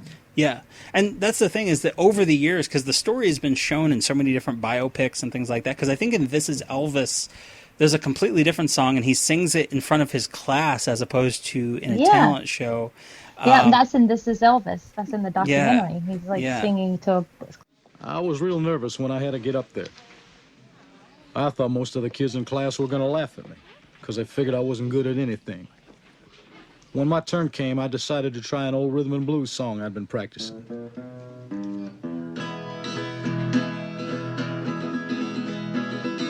Train arrived 16 coaches long. which is so unrealistic. Like, you're in your classroom and like biochemistry and somebody's just ripping out a guitar and starts singing and the teacher's okay with it. I mean, High School Musical's a thing too. Oh yeah, that is true. I grew up thinking that I wanted to be a kid in the 1950s because I honestly thought that that's what you did in the 50s was sing. You just in broke your out in classroom. song. Yeah, down in the hallway. I was like, man, I would have totally rocked the 50s. Summer loving happens so Yep. fast. Oh, I love it. Yeah. Okay, so that was question number 1. Question number 2. This one, it should be even easier. It's a lyrics one. In Elvis's song "Good Luck Charm," he references 5 different lucky charms. Can you name them all? Oh my gosh, I was just listening to this song today. 4-leaf clover, Yes. right? Yep. Don't want a 4-leaf clover. Old horseshoe. Yep. Don't want an old horseshoe. Hold on, I got to go through the song. How many did you say? 5. 4, 5. I know a silver dollar. Yep. Don't want a silver dollar. Rabbit's foot. Yes. Rabbit's foot on a string. 4 out of 5. Oh my god. A penny. Yes, lucky penny. Yes. If I found a lucky penny, I'd toss it across the bay. Your love is worth all the gold on earth. No wonder that I sing. You got all 5. Yay. Great job. Okay. That's question number 2. Question number Okay. 3. Who is the only solo artist to have one of their songs that Elvis doesn't perform on released on an Elvis album during Elvis's lifetime? Oh my god. You said these were going to be easy. And this can't be a multiple choice, huh? I can give you a hint. Okay, give me a hint. It's a female. I'm wasting time. Okay. I don't know. I can pair it. I can give you a second hint. Okay. It was in a movie soundtrack. I know you're going to tell me I'm going to kick myself. Oh, Yeah. you are so enjoying this, aren't you? I am Okay, just give me the decade. 60s. It was in the movie in the 60s? Oh, Yeah. my God. And it was a woman. And it was a woman. Do I know this woman? Is she famous? You definitely should know this woman. Solo artist. Think about it this way. How many women sang in Elvis's movies in the 60s? Oh, Anne Margaret. Oh, shoot. It's not Anne Margaret? It's not Anne Margaret. So there wasn't a Viva Las Vegas album, just an LP, or sorry, an EP. Speedway, however, had Nancy Sinatra. Don't walk on sticks or stones. Don't answer ringing phones. You know I've got to worry till you bring your groovy self on home to Oh shoot, Nancy Sinatra. Darn it! I almost said a cuss word too. Okay, well that was a trick question, and I really don't appreciate you right now. Okay, next one should be actually quite a bit easier. You said that about that last one too. Yeah. Okay, go ahead. How old was Elvis when he got his first guitar? 12. Is that your final answer? Are you serious? Well, he wanted a bicycle, and they couldn't afford a bicycle, and so his mom got him a guitar. A 10. On his 11th birthday. Oh, Lord have mercy. I pulled that off. I did 10 and 12. Because I'm thinking about the kids in the movies who portray them. They always I always 10 or 12. I think 11 really. Okay, whatever. Yeah, no, I actually pulled that factoid off of Graceland's website. So, whatever. Last question. Okay. Don't tell me it's easy because you have trick questions. This one might be a little trickier. All right. In Elvis's movies, he played 3 characters named John or Johnny. Can you name which movies they were from? I'm seeing them in my head right now. Uh-huh. One of them should be really easy. Frankie and Johnny's one. Yes. Right. Okay. That's all I can remember. Frank and Johnny. It happened at the World's Fair? No. I don't know. I'm very impressed that I remembered Frankie and Johnny. Okay. There's Dr. John Carpenter in Change of Habit. With what's her name? Mary Tyler Moore. Yeah. She was a nun. Yes. And in Harem Scarum, he was Johnny Tyrone. Oh, Harem Scarum. Okay, that is probably the only movie that I've only watched once. Of all the Elvis movies, I've watched Elvis movies like over and over again. Harem Scarum, and I actually own it. I probably should watch that. It is one of my favorites, but not because it's good. Well, the last time I seen that movie, I probably had to have been like, I was in the 3rd grade, so I was like 9. Yeah. And I haven't seen it since. There are a lot of these movies that we are doing reviews for on the show, and Gurdeep, there's surprisingly a lot of them that he hasn't watched since he was a kid. And so it's like Love Me Tender we just reviewed, and he had not seen it in like at least a couple decades. Really? So, wow. Yeah. I love that movie because of Deborah Paget. And she, it's been said that he was like in love with her. Oh yeah. And I always like to watch that movie to see if you see anything. Yeah. See, and the weird thing is that because when we reviewed it, we kind of talked that like I could believe that he was infatuated with her, but she just seems so much more mature than his character Clint. Right. So yeah. Well, I read that she was very sheltered, and she had a very overprotective mother, and the mother was on the set every day. So she was very protected by her mother. Like, so there was not going to be any craziness with she and Elvis if her mom had anything to do with it. That makes sense. Mm-hmm. Cool. So. All right, trivia. Well, hey, you came pretty close on a lot of those. Not really, but thank you. I feel really dumb right now. No, not at all, not at all. Okay. So, all right, well, shall we move on to Song of the Week? Let's do it. Let's make it like the first chorus all the way through. Since my baby left me, well, I found a new place to dwell. Well, it's I got a gal that I love so. We can go on together with suspicious minds. I'm all shook up.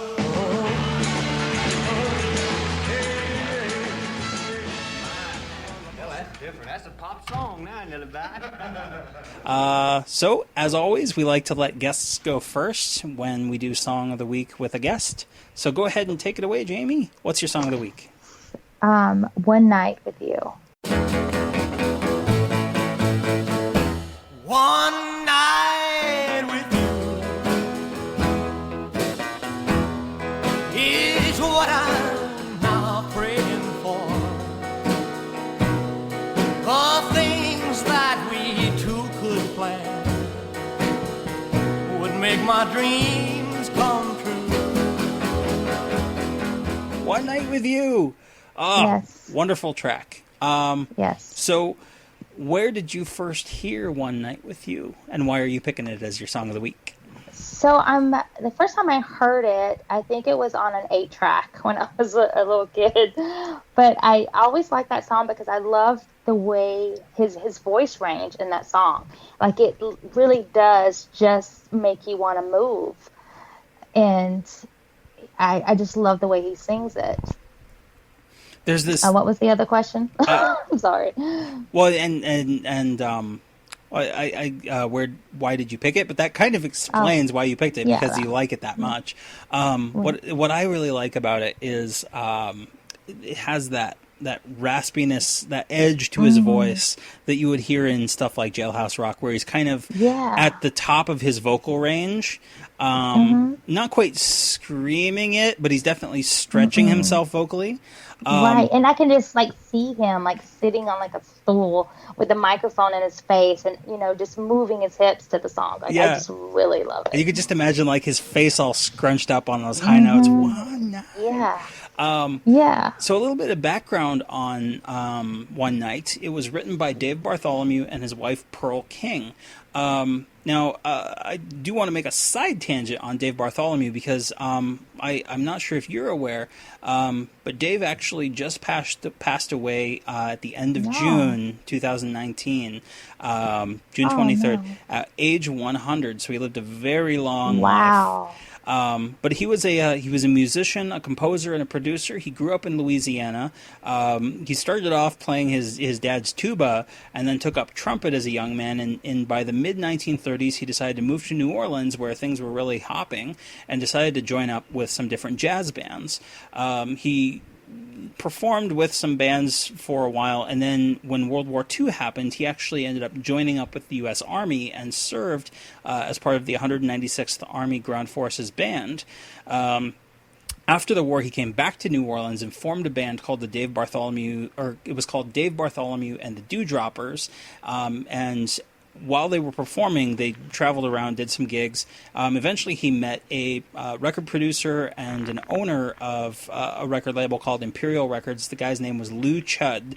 And Lou basically immediately saw the talent that Dave had and said, look, I know you've got a lot of gigs, and I know that you're committed to some of this, but I really want you on Imperial to produce some of these other artists, provide them songs as a songwriter. And so eventually that's what happened. He took over as kind of the A&R man at Imperial, and in fact was instrumental in getting Fats Domino's career off the ground, and produced a whole bunch of Fats Domino's early records, as well as some other artists. Once the 1950s hit, he started moving around to some different record companies aside from Imperial, but one of his biggest successes was he was the producer on Lloyd Price's Lottie Miss Claudie. Oh, wow. And then he kept coming back to Fats Domino. He I think his longest collaboration, or at least most consistent, was with Fats Domino. And as a songwriter, he wrote a bunch of songs that people would be familiar with. Ain't That a Shame, which Fats did. I'm Walkin'. The song that Chuck Berry did, My Ding-a-Ling. He wrote that one. There's a song that Elvis did that was originally by the Spiders, and it's called Witchcraft. Not the Frank Sinatra Witchcraft, it's the other one. My head is spinning, around and around. My head is spinning, going around and around. Your witchcraft has got me keep going down and down. But he wrote that as well. He would later on go on through the 80s and 90s. He would continue to record. He kept doing live performances with different jazz bands, with different brass bands in New Orleans. He basically remained in New Orleans his entire life, and in fact he passed away in New Orleans. Later in life, he was inducted into the Rock and Roll Hall of Fame, the Songwriters Hall of Fame, the Louisiana Music Hall of Fame, and the co-songwriter, Pearl King, was actually Dave's wife. and they had met in the 40s, just before the war. He had met her in 1942, or they had married in 1942. She passed away in 1967, so they had been married for almost 25 years. And so his first wife passed away in 67, and then he managed to live until 2019. So what an amazing, wow. and how crazy, to live that long of a life, to see so many things and have a very fulfilling life, even if he himself only lived up to the 60s or 70s. I mean, the life accomplishments that he had at that point were pretty insane. But then Smiley Lewis was the original artist that recorded One Night. I sent you a link to that. Did you get a chance to hear it? I did, yes. What did you think? I liked it. It obviously was not Elvis. Right. It was a little different. It wouldn't have been my first choice to go and listen to it, like in a car, driving. It's very mellow. It was a very mellow. It's a blues number, but it's more driven by the piano and the saxophone as opposed to Elvis's, which is really more drums and guitar, although there is some piano present. I've always lived a very quiet life. Never did no wrong. Now I know that bad and wild life will cause me nothing but harm. One night of sin. And I did appreciate the piano part, because I love the piano, but it wasn't as energetic as I would have imagined it to be. So that was the first time I had heard his version. Yeah. So Smiley's version was released in 1956 on Imperial Records, produced and written by Dave Bartholomew and his wife. Reached number 11 on the R&B chart, and so then the next version that really came out was Elvis's version. Now, Elvis first recorded a version of the song in January 1957 at the same session that he actually recorded Teddy Bear at. That version was actually more akin to the version that Smiley did with the different lyrics, called One Night of Sin, or at least that's how it's been. Because actually, if you go back and you listen to the Smiley Lewis version, it's actually just One Night. But because Elvis's version of One Night that later came out is so different, they actually gave this one Night of. They decided to call this version One Night of Sin.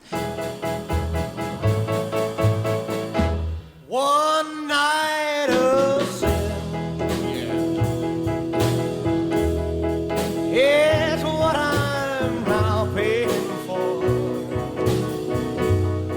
The things I did and I saw would make the earth stand still. Don't call my name. What's your take on One Night of Sin? Well, I think they should have left it alone. I think they should have went with One Night of Sin. I like that version so much better. Maybe because it was the original. Yeah. I never heard that version until The Searcher came out. So that was last year. Wow. Yeah, so that was the first time I had heard that version with Elvis singing it. And, that's my favorite version. Maybe Very because I'm a pervert, I don't know, but I like that version way better. I first heard that on the King of Rock and Roll 50s Masters box set, and I had been familiar with the later version of One Night that was the single, but this one really kind of struck me at how raw his voice sounds in this version. It's very unpolished, and he's belting out these lyrics, and compared to the final version, he's almost more reserved in the final version compared to this. I love some of the interjections that he's got where he's like, One Night of Sin, yeah. And it's just, and he's obviously digging into the innuendo of the lyrics way more than he would on the more lightly suggestive ones on the final version. So this is, favorite, that's tough. '68 might win out, but we'll get to that. So, like you had kind of mentioned, there's a different version, and obviously, lyrically, in the 1950s, they were very concerned about the lyrics being put out to a mainstream audience. Colonel Parker and RCA actually negotiated with Lou Chudd, who was that head guy at Imperial, who owned the publishing rights, to make sure that they were in the clear to try to tame them down a little bit. And interestingly enough, the Elvis version with the rewritten lyrics is attributed to Anita Steinman as well. And the reason why that is because Anita Steinman was actually the vice president and general manager of Lou Chudd's publishing companies. So he was kicking a friend a little extra on the side from an Elvis song. Wow, interesting. So even though she didn't really have anything to do with the song, other than that she was involved in the publishing side of things. But anyway, so One Night, the later version, was recorded February 23rd, 1957. It was the same session that he did. It was right between I Beg of You and True Love. And what's your take on the original version of One Night? Or not the original, but the one that actually came out. Like you said you think you prefer the original One Night of Sin, but what has been your thoughts of One Night over the years? Well, I liked the best one that I like. How do I say it? I'm sorry, I'm getting tired. That's okay. I like the way he sung it in 1968 in the '68 comeback special.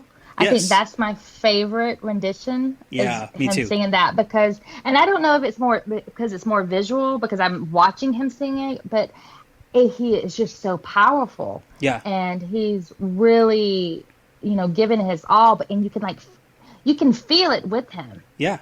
And so he just goes at it. I love it in the '68 comeback. I know that very quiet life has been too lonely, too long. One night, is what I'm now praying for. The things that we two could plan would make the earth stand still. You're not alone in feeling that Elvis could have done it better, because apparently Elvis didn't actually much care for this version of One Night. He actually wanted to re-record it again.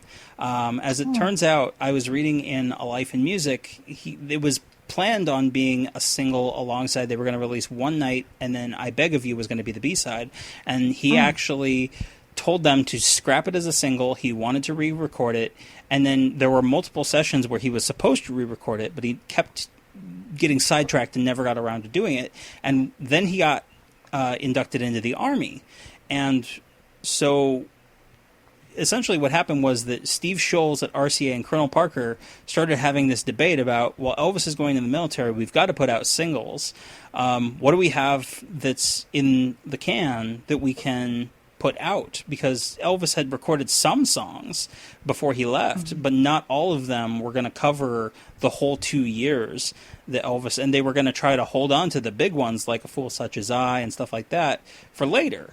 And so there was actually a choice. It could have been Your Cheatin' Heart, Ain't That Lovin' You Baby, My Wish Came True, When It Rains It Really Pours, or One Night. Like amongst those 5 songs, they gave Elvis a choice. And eventually Colonel Parker convinced Elvis to put One Night out. In its iteration there, even though Elvis didn't much care for it and thought he could do it better, and it incidentally ended up going to number 4. So it was actually a huge success. So even though Elvis had to be convinced that, to put it out, it ended up being a big hit for him. Wow. Okay. Interesting. Yeah. And so then, it like I said, it went as high as number 4 on the pop chart. It went number 10 on the R&B chart. And then in 1961, Fats Domino did a cover of it. I sent you that. What did you think of Fats'? I was listening to it at work, and I have to tell you, I liked it. It made me smile. It's Fats Domino. You can't hate on anything Fats Domino does. It's really, really similar to Blueberry Hill in terms of the way he delivers it. Yeah, exactly. You're so right. Yeah, it's kind of smiling. I was smiling when I was listening to it, and I turned it up on my computer, and annoyed my coworkers, but it's totally, fine. Totally. Don't call my name. It makes me feel so ashamed. I've lost my sweet helping hand.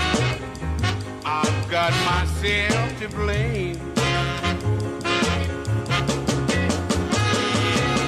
Always lived very quiet life.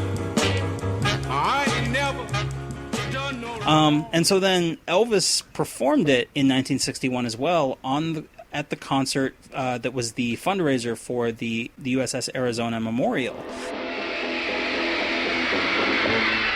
Always lived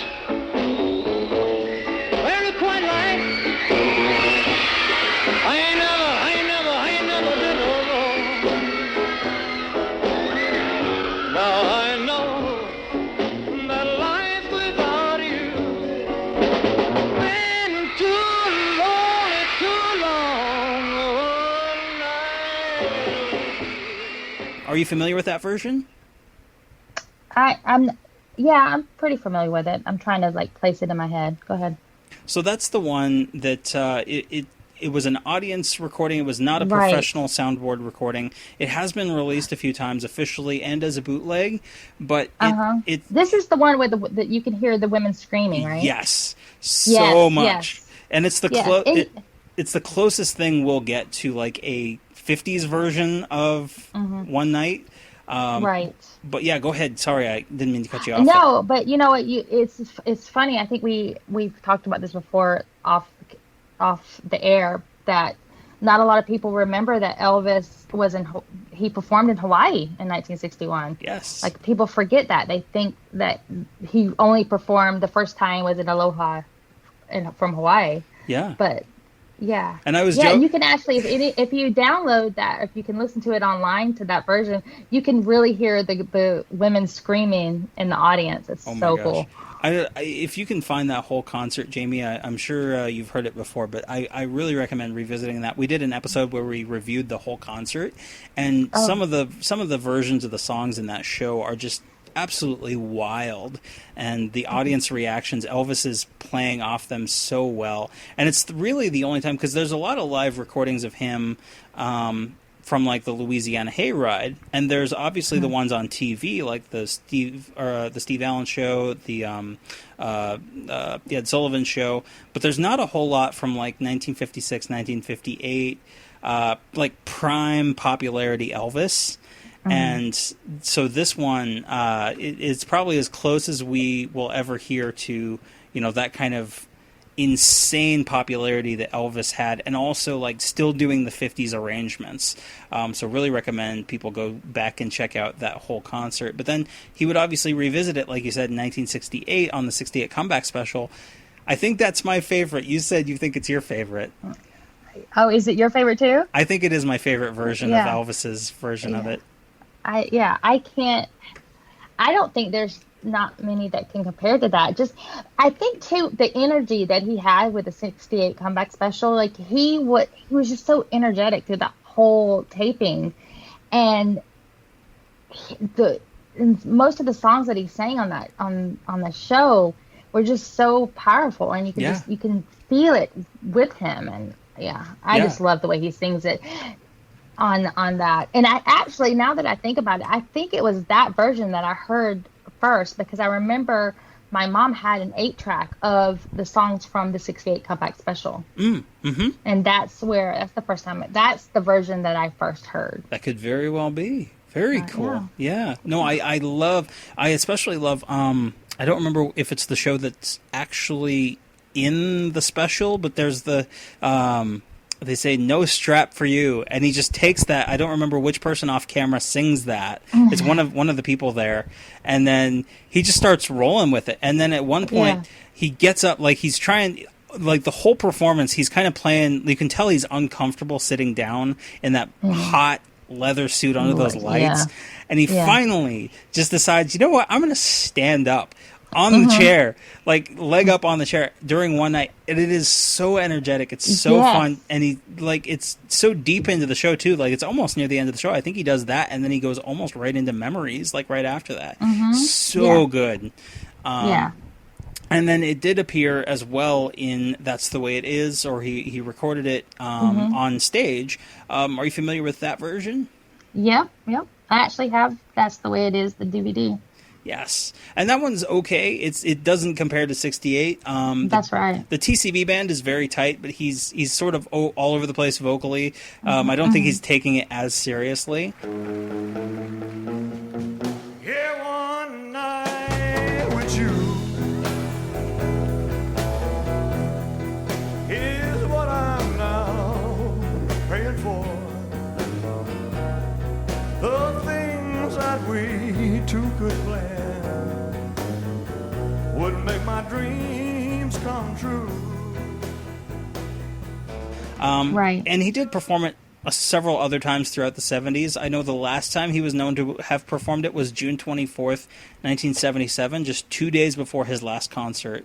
So that was a song that stuck with him from pretty early in his career all the way to the end of his life. All right. Yeah. So then notable, kind of other versions. I sent you one that's from 1972. There's a soul artist by the name of Tammy Lynn who does kind of a bluesy, funky version of it. What did you think of that? I really did like that I that cover by Tammy makes me want to break out some wine and get on Tinder. Oh, totally. Very, very like I could just you could really start drinking some wine and maybe call some exes. I kept talk over some relationships. Even if they don't want to hear from you, you feel like they need to hear from you.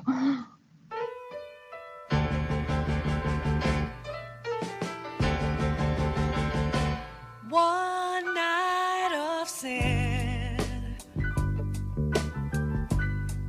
Here's what I'm now paying for. The things I did and I saw would make this world stand still. I kept expecting to hear like Barry White start, speaking in the background. Yeah. Yes. Yeah. It was definitely craving some wine or some tequila. I don't know which, but it was definitely some alcohol cravings when I was listening to that version, and not in a bad way. It's totally not this. I really loved her version, but I just had a need to get on Tinder for some reason. Right. And then there's a couple other versions. It's been remixed since Elvis's version has been remixed since he passed away posthumously. One was in the show Viva Elvis. I didn't ask you what your opinion was on Viva Elvis from 2010. Did you like that? The show, the album, the concept? I liked it. It's not something that I don't think it's not one of my favorites, but I liked it. Yeah. And the version of One Night was not on the album. It was just in the stage show, but there's a recording out there that someone had professionally, they were doing a promotional film for it, and they recorded the whole scene. It's essentially just a woman who's a cast member singing the song, and then every once in a while they interject some of Elvis's vocal. One night with you. Here's what I'm praying for. The things that we two could plan make my dreams come true. The scene, we talked about it back. We did a review, kind of almost a post-mortem on Viva Elvis, because it really just kind of flopped at the time. But it's kind of an interesting scene if you get a chance to watch that video. I've seen it, and I think it goes back to preferences and what you're into, and I just thought, what the acrobats are doing is they're actually representative of Elvis and Jesse Garon in the womb on the guitar, and so then at one point one of the acrobats drops, and that's supposed to be representative of Jesse being stillborn. So. Yeah, I got that. I called it. Maybe I don't know. I just not quite as up your alley. Yeah, I mean, I get the symbolism. I mean, I understood it. I knew what they were trying to do. I don't know. Yeah. It's just not my thing, I guess. I don't know. That's fair. But I mean, totally, and good for those acrobats, man. That's some talent. And then the last version that I sent was from the Blue Suede Shoes Ballet. And I've played a clip of this on the show before, but it actually uses lyrics from One Night of Sin, but adds saxophone overdubs. Right. What did you think of that version? Oh, I like that. I liked it a lot. I did. It really kind of takes the best of both worlds from like Smiley Lewis's version and Elvis's version, and just like mashes it up together. It's really neat. I lost my sweet helping hand. I got myself to blame.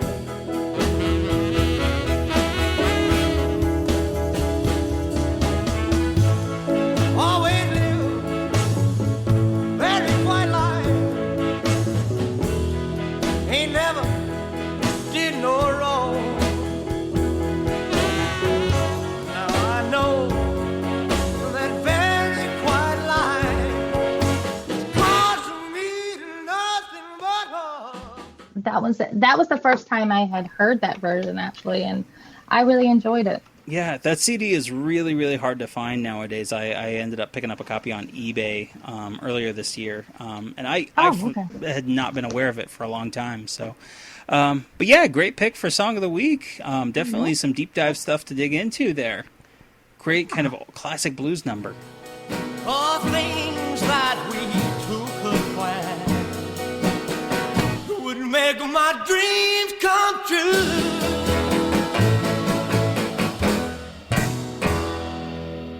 So, all right, and then for my Song of the Week, I decided to pick... I was getting ready to ask you. I was like, well, what is your Song of the Week? Yes. So my Song of the Week is You Can Have Her. Is my end, but confession before the soul. I've got a handle that I can bring to, and I'm worth all the story. You can have, I don't want her to love me anyway. She only wants someone to make her, and all I want, which is actually originally a Roy Hamilton song, I thought, because it was more closely associated with Roy. Elvis, I'll get to his version. He did a live performance, a one-off version in 1974 that's amazing to hear. But there was actually an artist in 1960 who recorded it by the name of Lenny Welch, and he was an African-American kind of R&B artist that did... He was almost like... Are you familiar with Roy Hamilton at all? A little bit, but I'm not too knowledgeable on him, but I do know of him. Okay. I'm a massive Roy Hamilton fan, so... in fact, I think very early on, like within our first 10 episodes, I did a profile on Roy Hamilton and his influence on Elvis. Surprisingly, you would be really surprised to find out just how much Roy Hamilton... I think Roy, more than any other artist, influenced Elvis the most. In terms of the number of songs of his that Elvis covered, in terms of vocal style. Definitely recommend going back and checking out the Roy Hamilton episode. If more than any of the other ones, the Roy Hamilton one is so cool because there's so much that when you hear Roy's voice, you go, oh, that's where Elvis got that from. Oh, okay. So, but before Roy did You Can Have Her, it was recorded by this Lenny Welch guy. It's got this great kind of soul vocal. Instrumentation is very similar to Roy's version that he would do the year later, but it's not as fully fleshed out sound-wise. Well, if you get the wrong woman, there's only one thing that you can do. Just dig a hole and jump right in it and pull the ground right over you. Well, you can have her. I don't want her. She didn't love me anyway. He's okay. It's not nearly as good as Roy's version would be. Now, the song was actually written by Bill Cook, and Bill Cook was one of the most prominent black disc jockeys of his era. He was a DJ for WAAT in New Jersey starting in 1947, and was, in fact, even though he was managing Roy Hamilton, he was the guy who convinced Sam Cooke to leave the gospel group The Soul Stirrers and cross over from gospel into pop. Aha.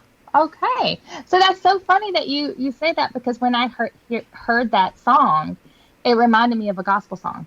Yes. So that's the thing too, is that it totally has that kind of, and more so in Elvis's version even than Roy Hamilton's, it has that sort of tent revival type sound. That, and I think you had mentioned before to me that it sounds almost like Talk About the Good Times. Mm-hmm. And right, yes. That had very recently been one of my songs of the week, and it had not been one that Gurdeep had really paid a whole lot of attention to, and he was struck by just how fun that recording is. And I actually made a point of mentioning that I don't think Talk About the Good Times has even been featured on any gospel compilations over the years, which is bizarre because it literally talks about going to prayer meetings, meeting your dead family along the River Jordan. Yeah. But no, I can definitely hear the similarities in between You Can Have Her and Talk About the Good Times. Roy Hamilton's version came out in 1961. It went to number 12 on the Hot 100, so it was extremely popular. Went to number 6 on the R&B chart. Roy's version was very much driven by there was backing vocals that kind of echoed him on the chorus. There's a string section.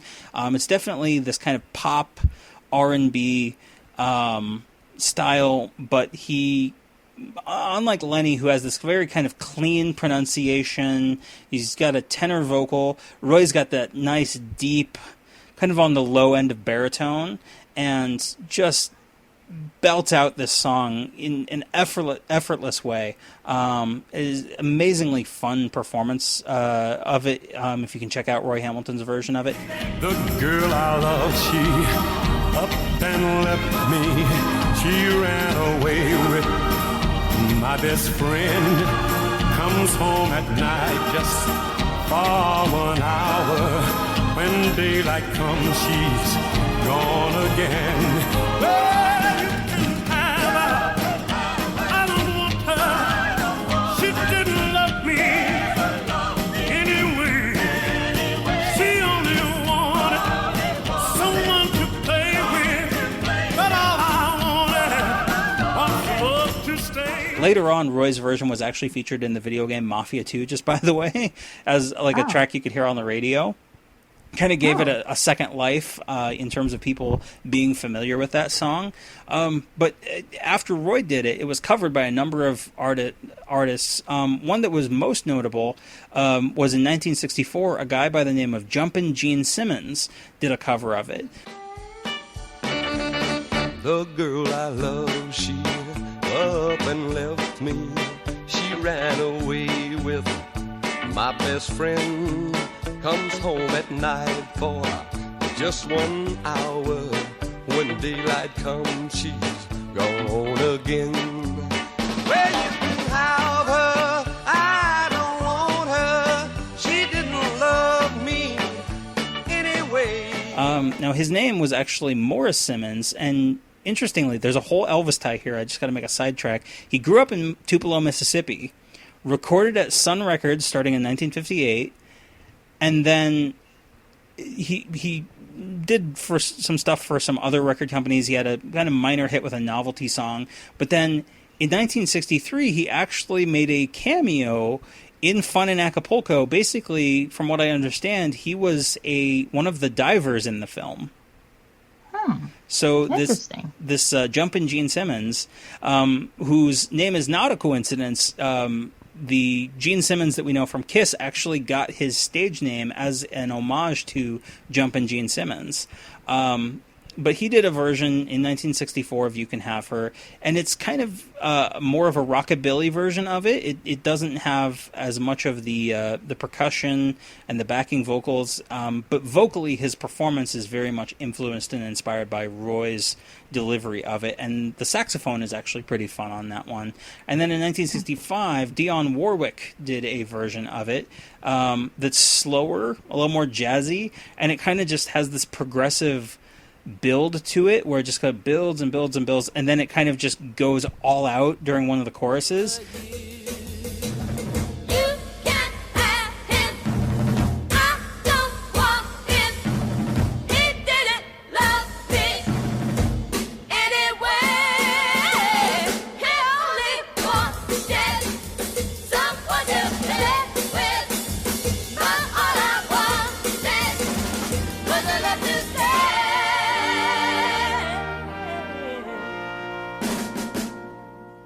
It's kind of a fun recording if you can listen to it, but what's even more fun is watching. There's a video of her performing on the TV show Hullabaloo, and the choreography is hilariously 60s. Think like the gospel section from the 68 Comeback Special, except slightly more corny. Okay. But musically, it's kind of got this 60s girl group type sound in terms of Dionne Warwick's version. So definitely check out her version. And then we get to Elvis in 1974. Did a version in Los Angeles. He was performing it at the Los Angeles Englewood Forum, May 11th, 1974 afternoon show. You can actually find this on the Live in LA Follow That Dream CD release as a bonus track. Apparently, the other show that day was recorded on soundboard, professionally recorded and everything, and then this track was not. It's an audience recording, so the audio quality is not super great, but it's definitely enlightening to listen to because it's completely spontaneous, but it doesn't sound like it. And I'm not sure how many of those like kind of one-off songs you're familiar with, but Elvis's band was so good that they could follow him into just about anything that he wandered off into on like a random whim, and make it sound very credible.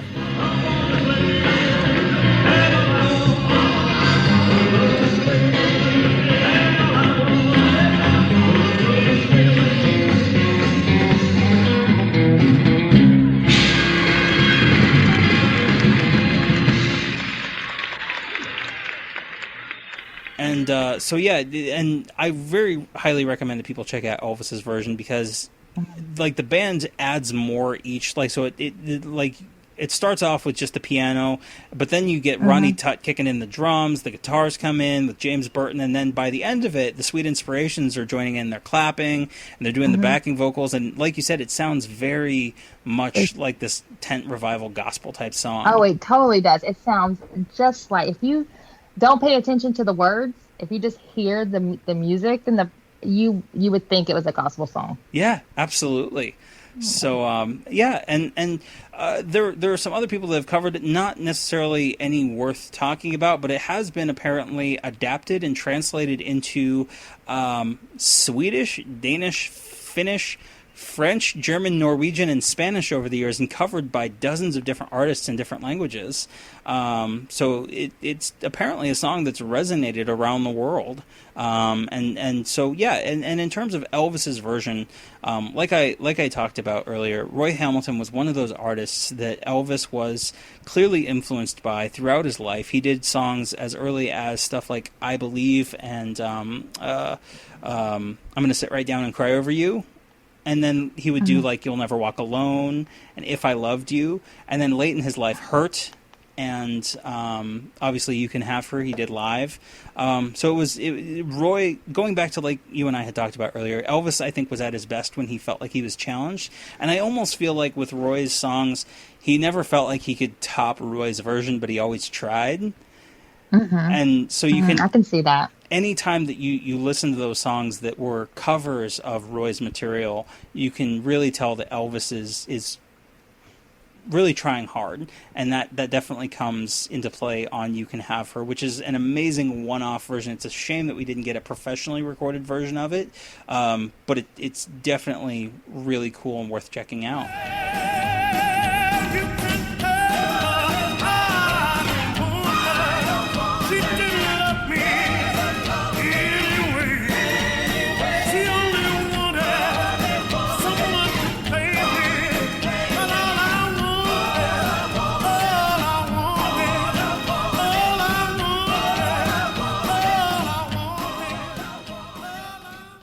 So that was my song of the week. Well, that's a good song. And Yeah. I hope people take the time to listen to that one, because I think that if they've never heard it, it really does sound like a gospel song to me. Yes, And totally. So I think that wraps up the show for the week. I really want to thank you, Jamie, for coming on. It's been a wonderful Elvis Week discussion. Hopefully everyone has enjoyed the conversations that you and I have had this evening, and hopefully people will go check out the Jungle Room. Where can people find the Jungle Room? So you can find us online. You can go right to our website, jungleroompodcast.com.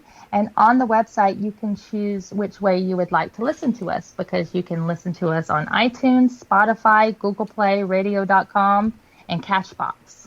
Very nice. And any other messages you want to shout out to anyone in terms of, Well, we do have a shared listener, and I do need to give him a shout out, Matthew Pixley.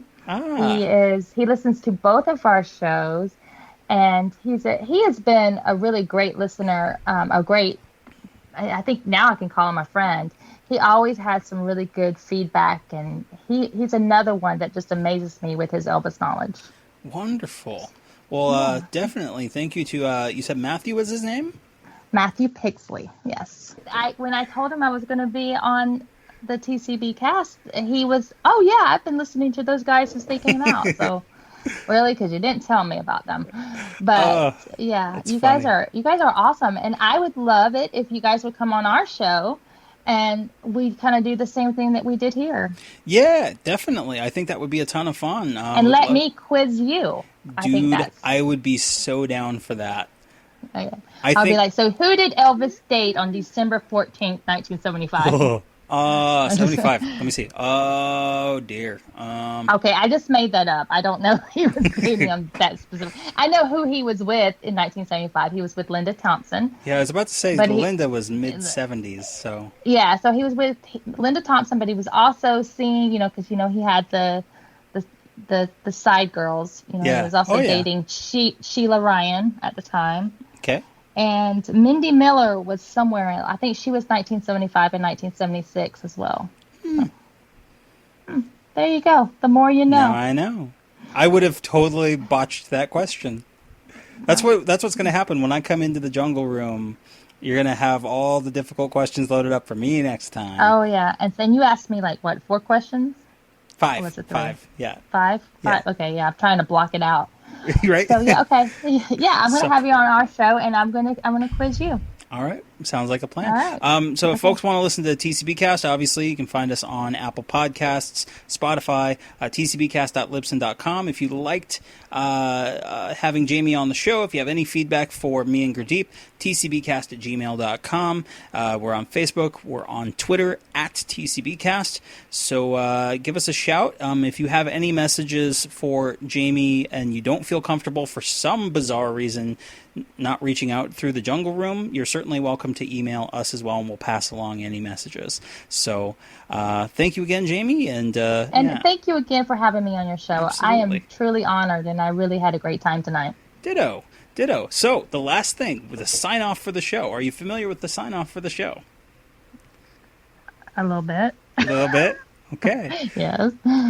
So when I say the one thing, you got to say the other thing. It's a reference to On Tour 1972. It's a hot time in Florida. Rainy night in Georgia. You've been listening to the TCBcast, an unofficial Elvis fan podcast. Justin Gosman and Gurdeep Ladar have left the building. Someone must have stomped on his head with those blue suede shoes. Thank you and good night.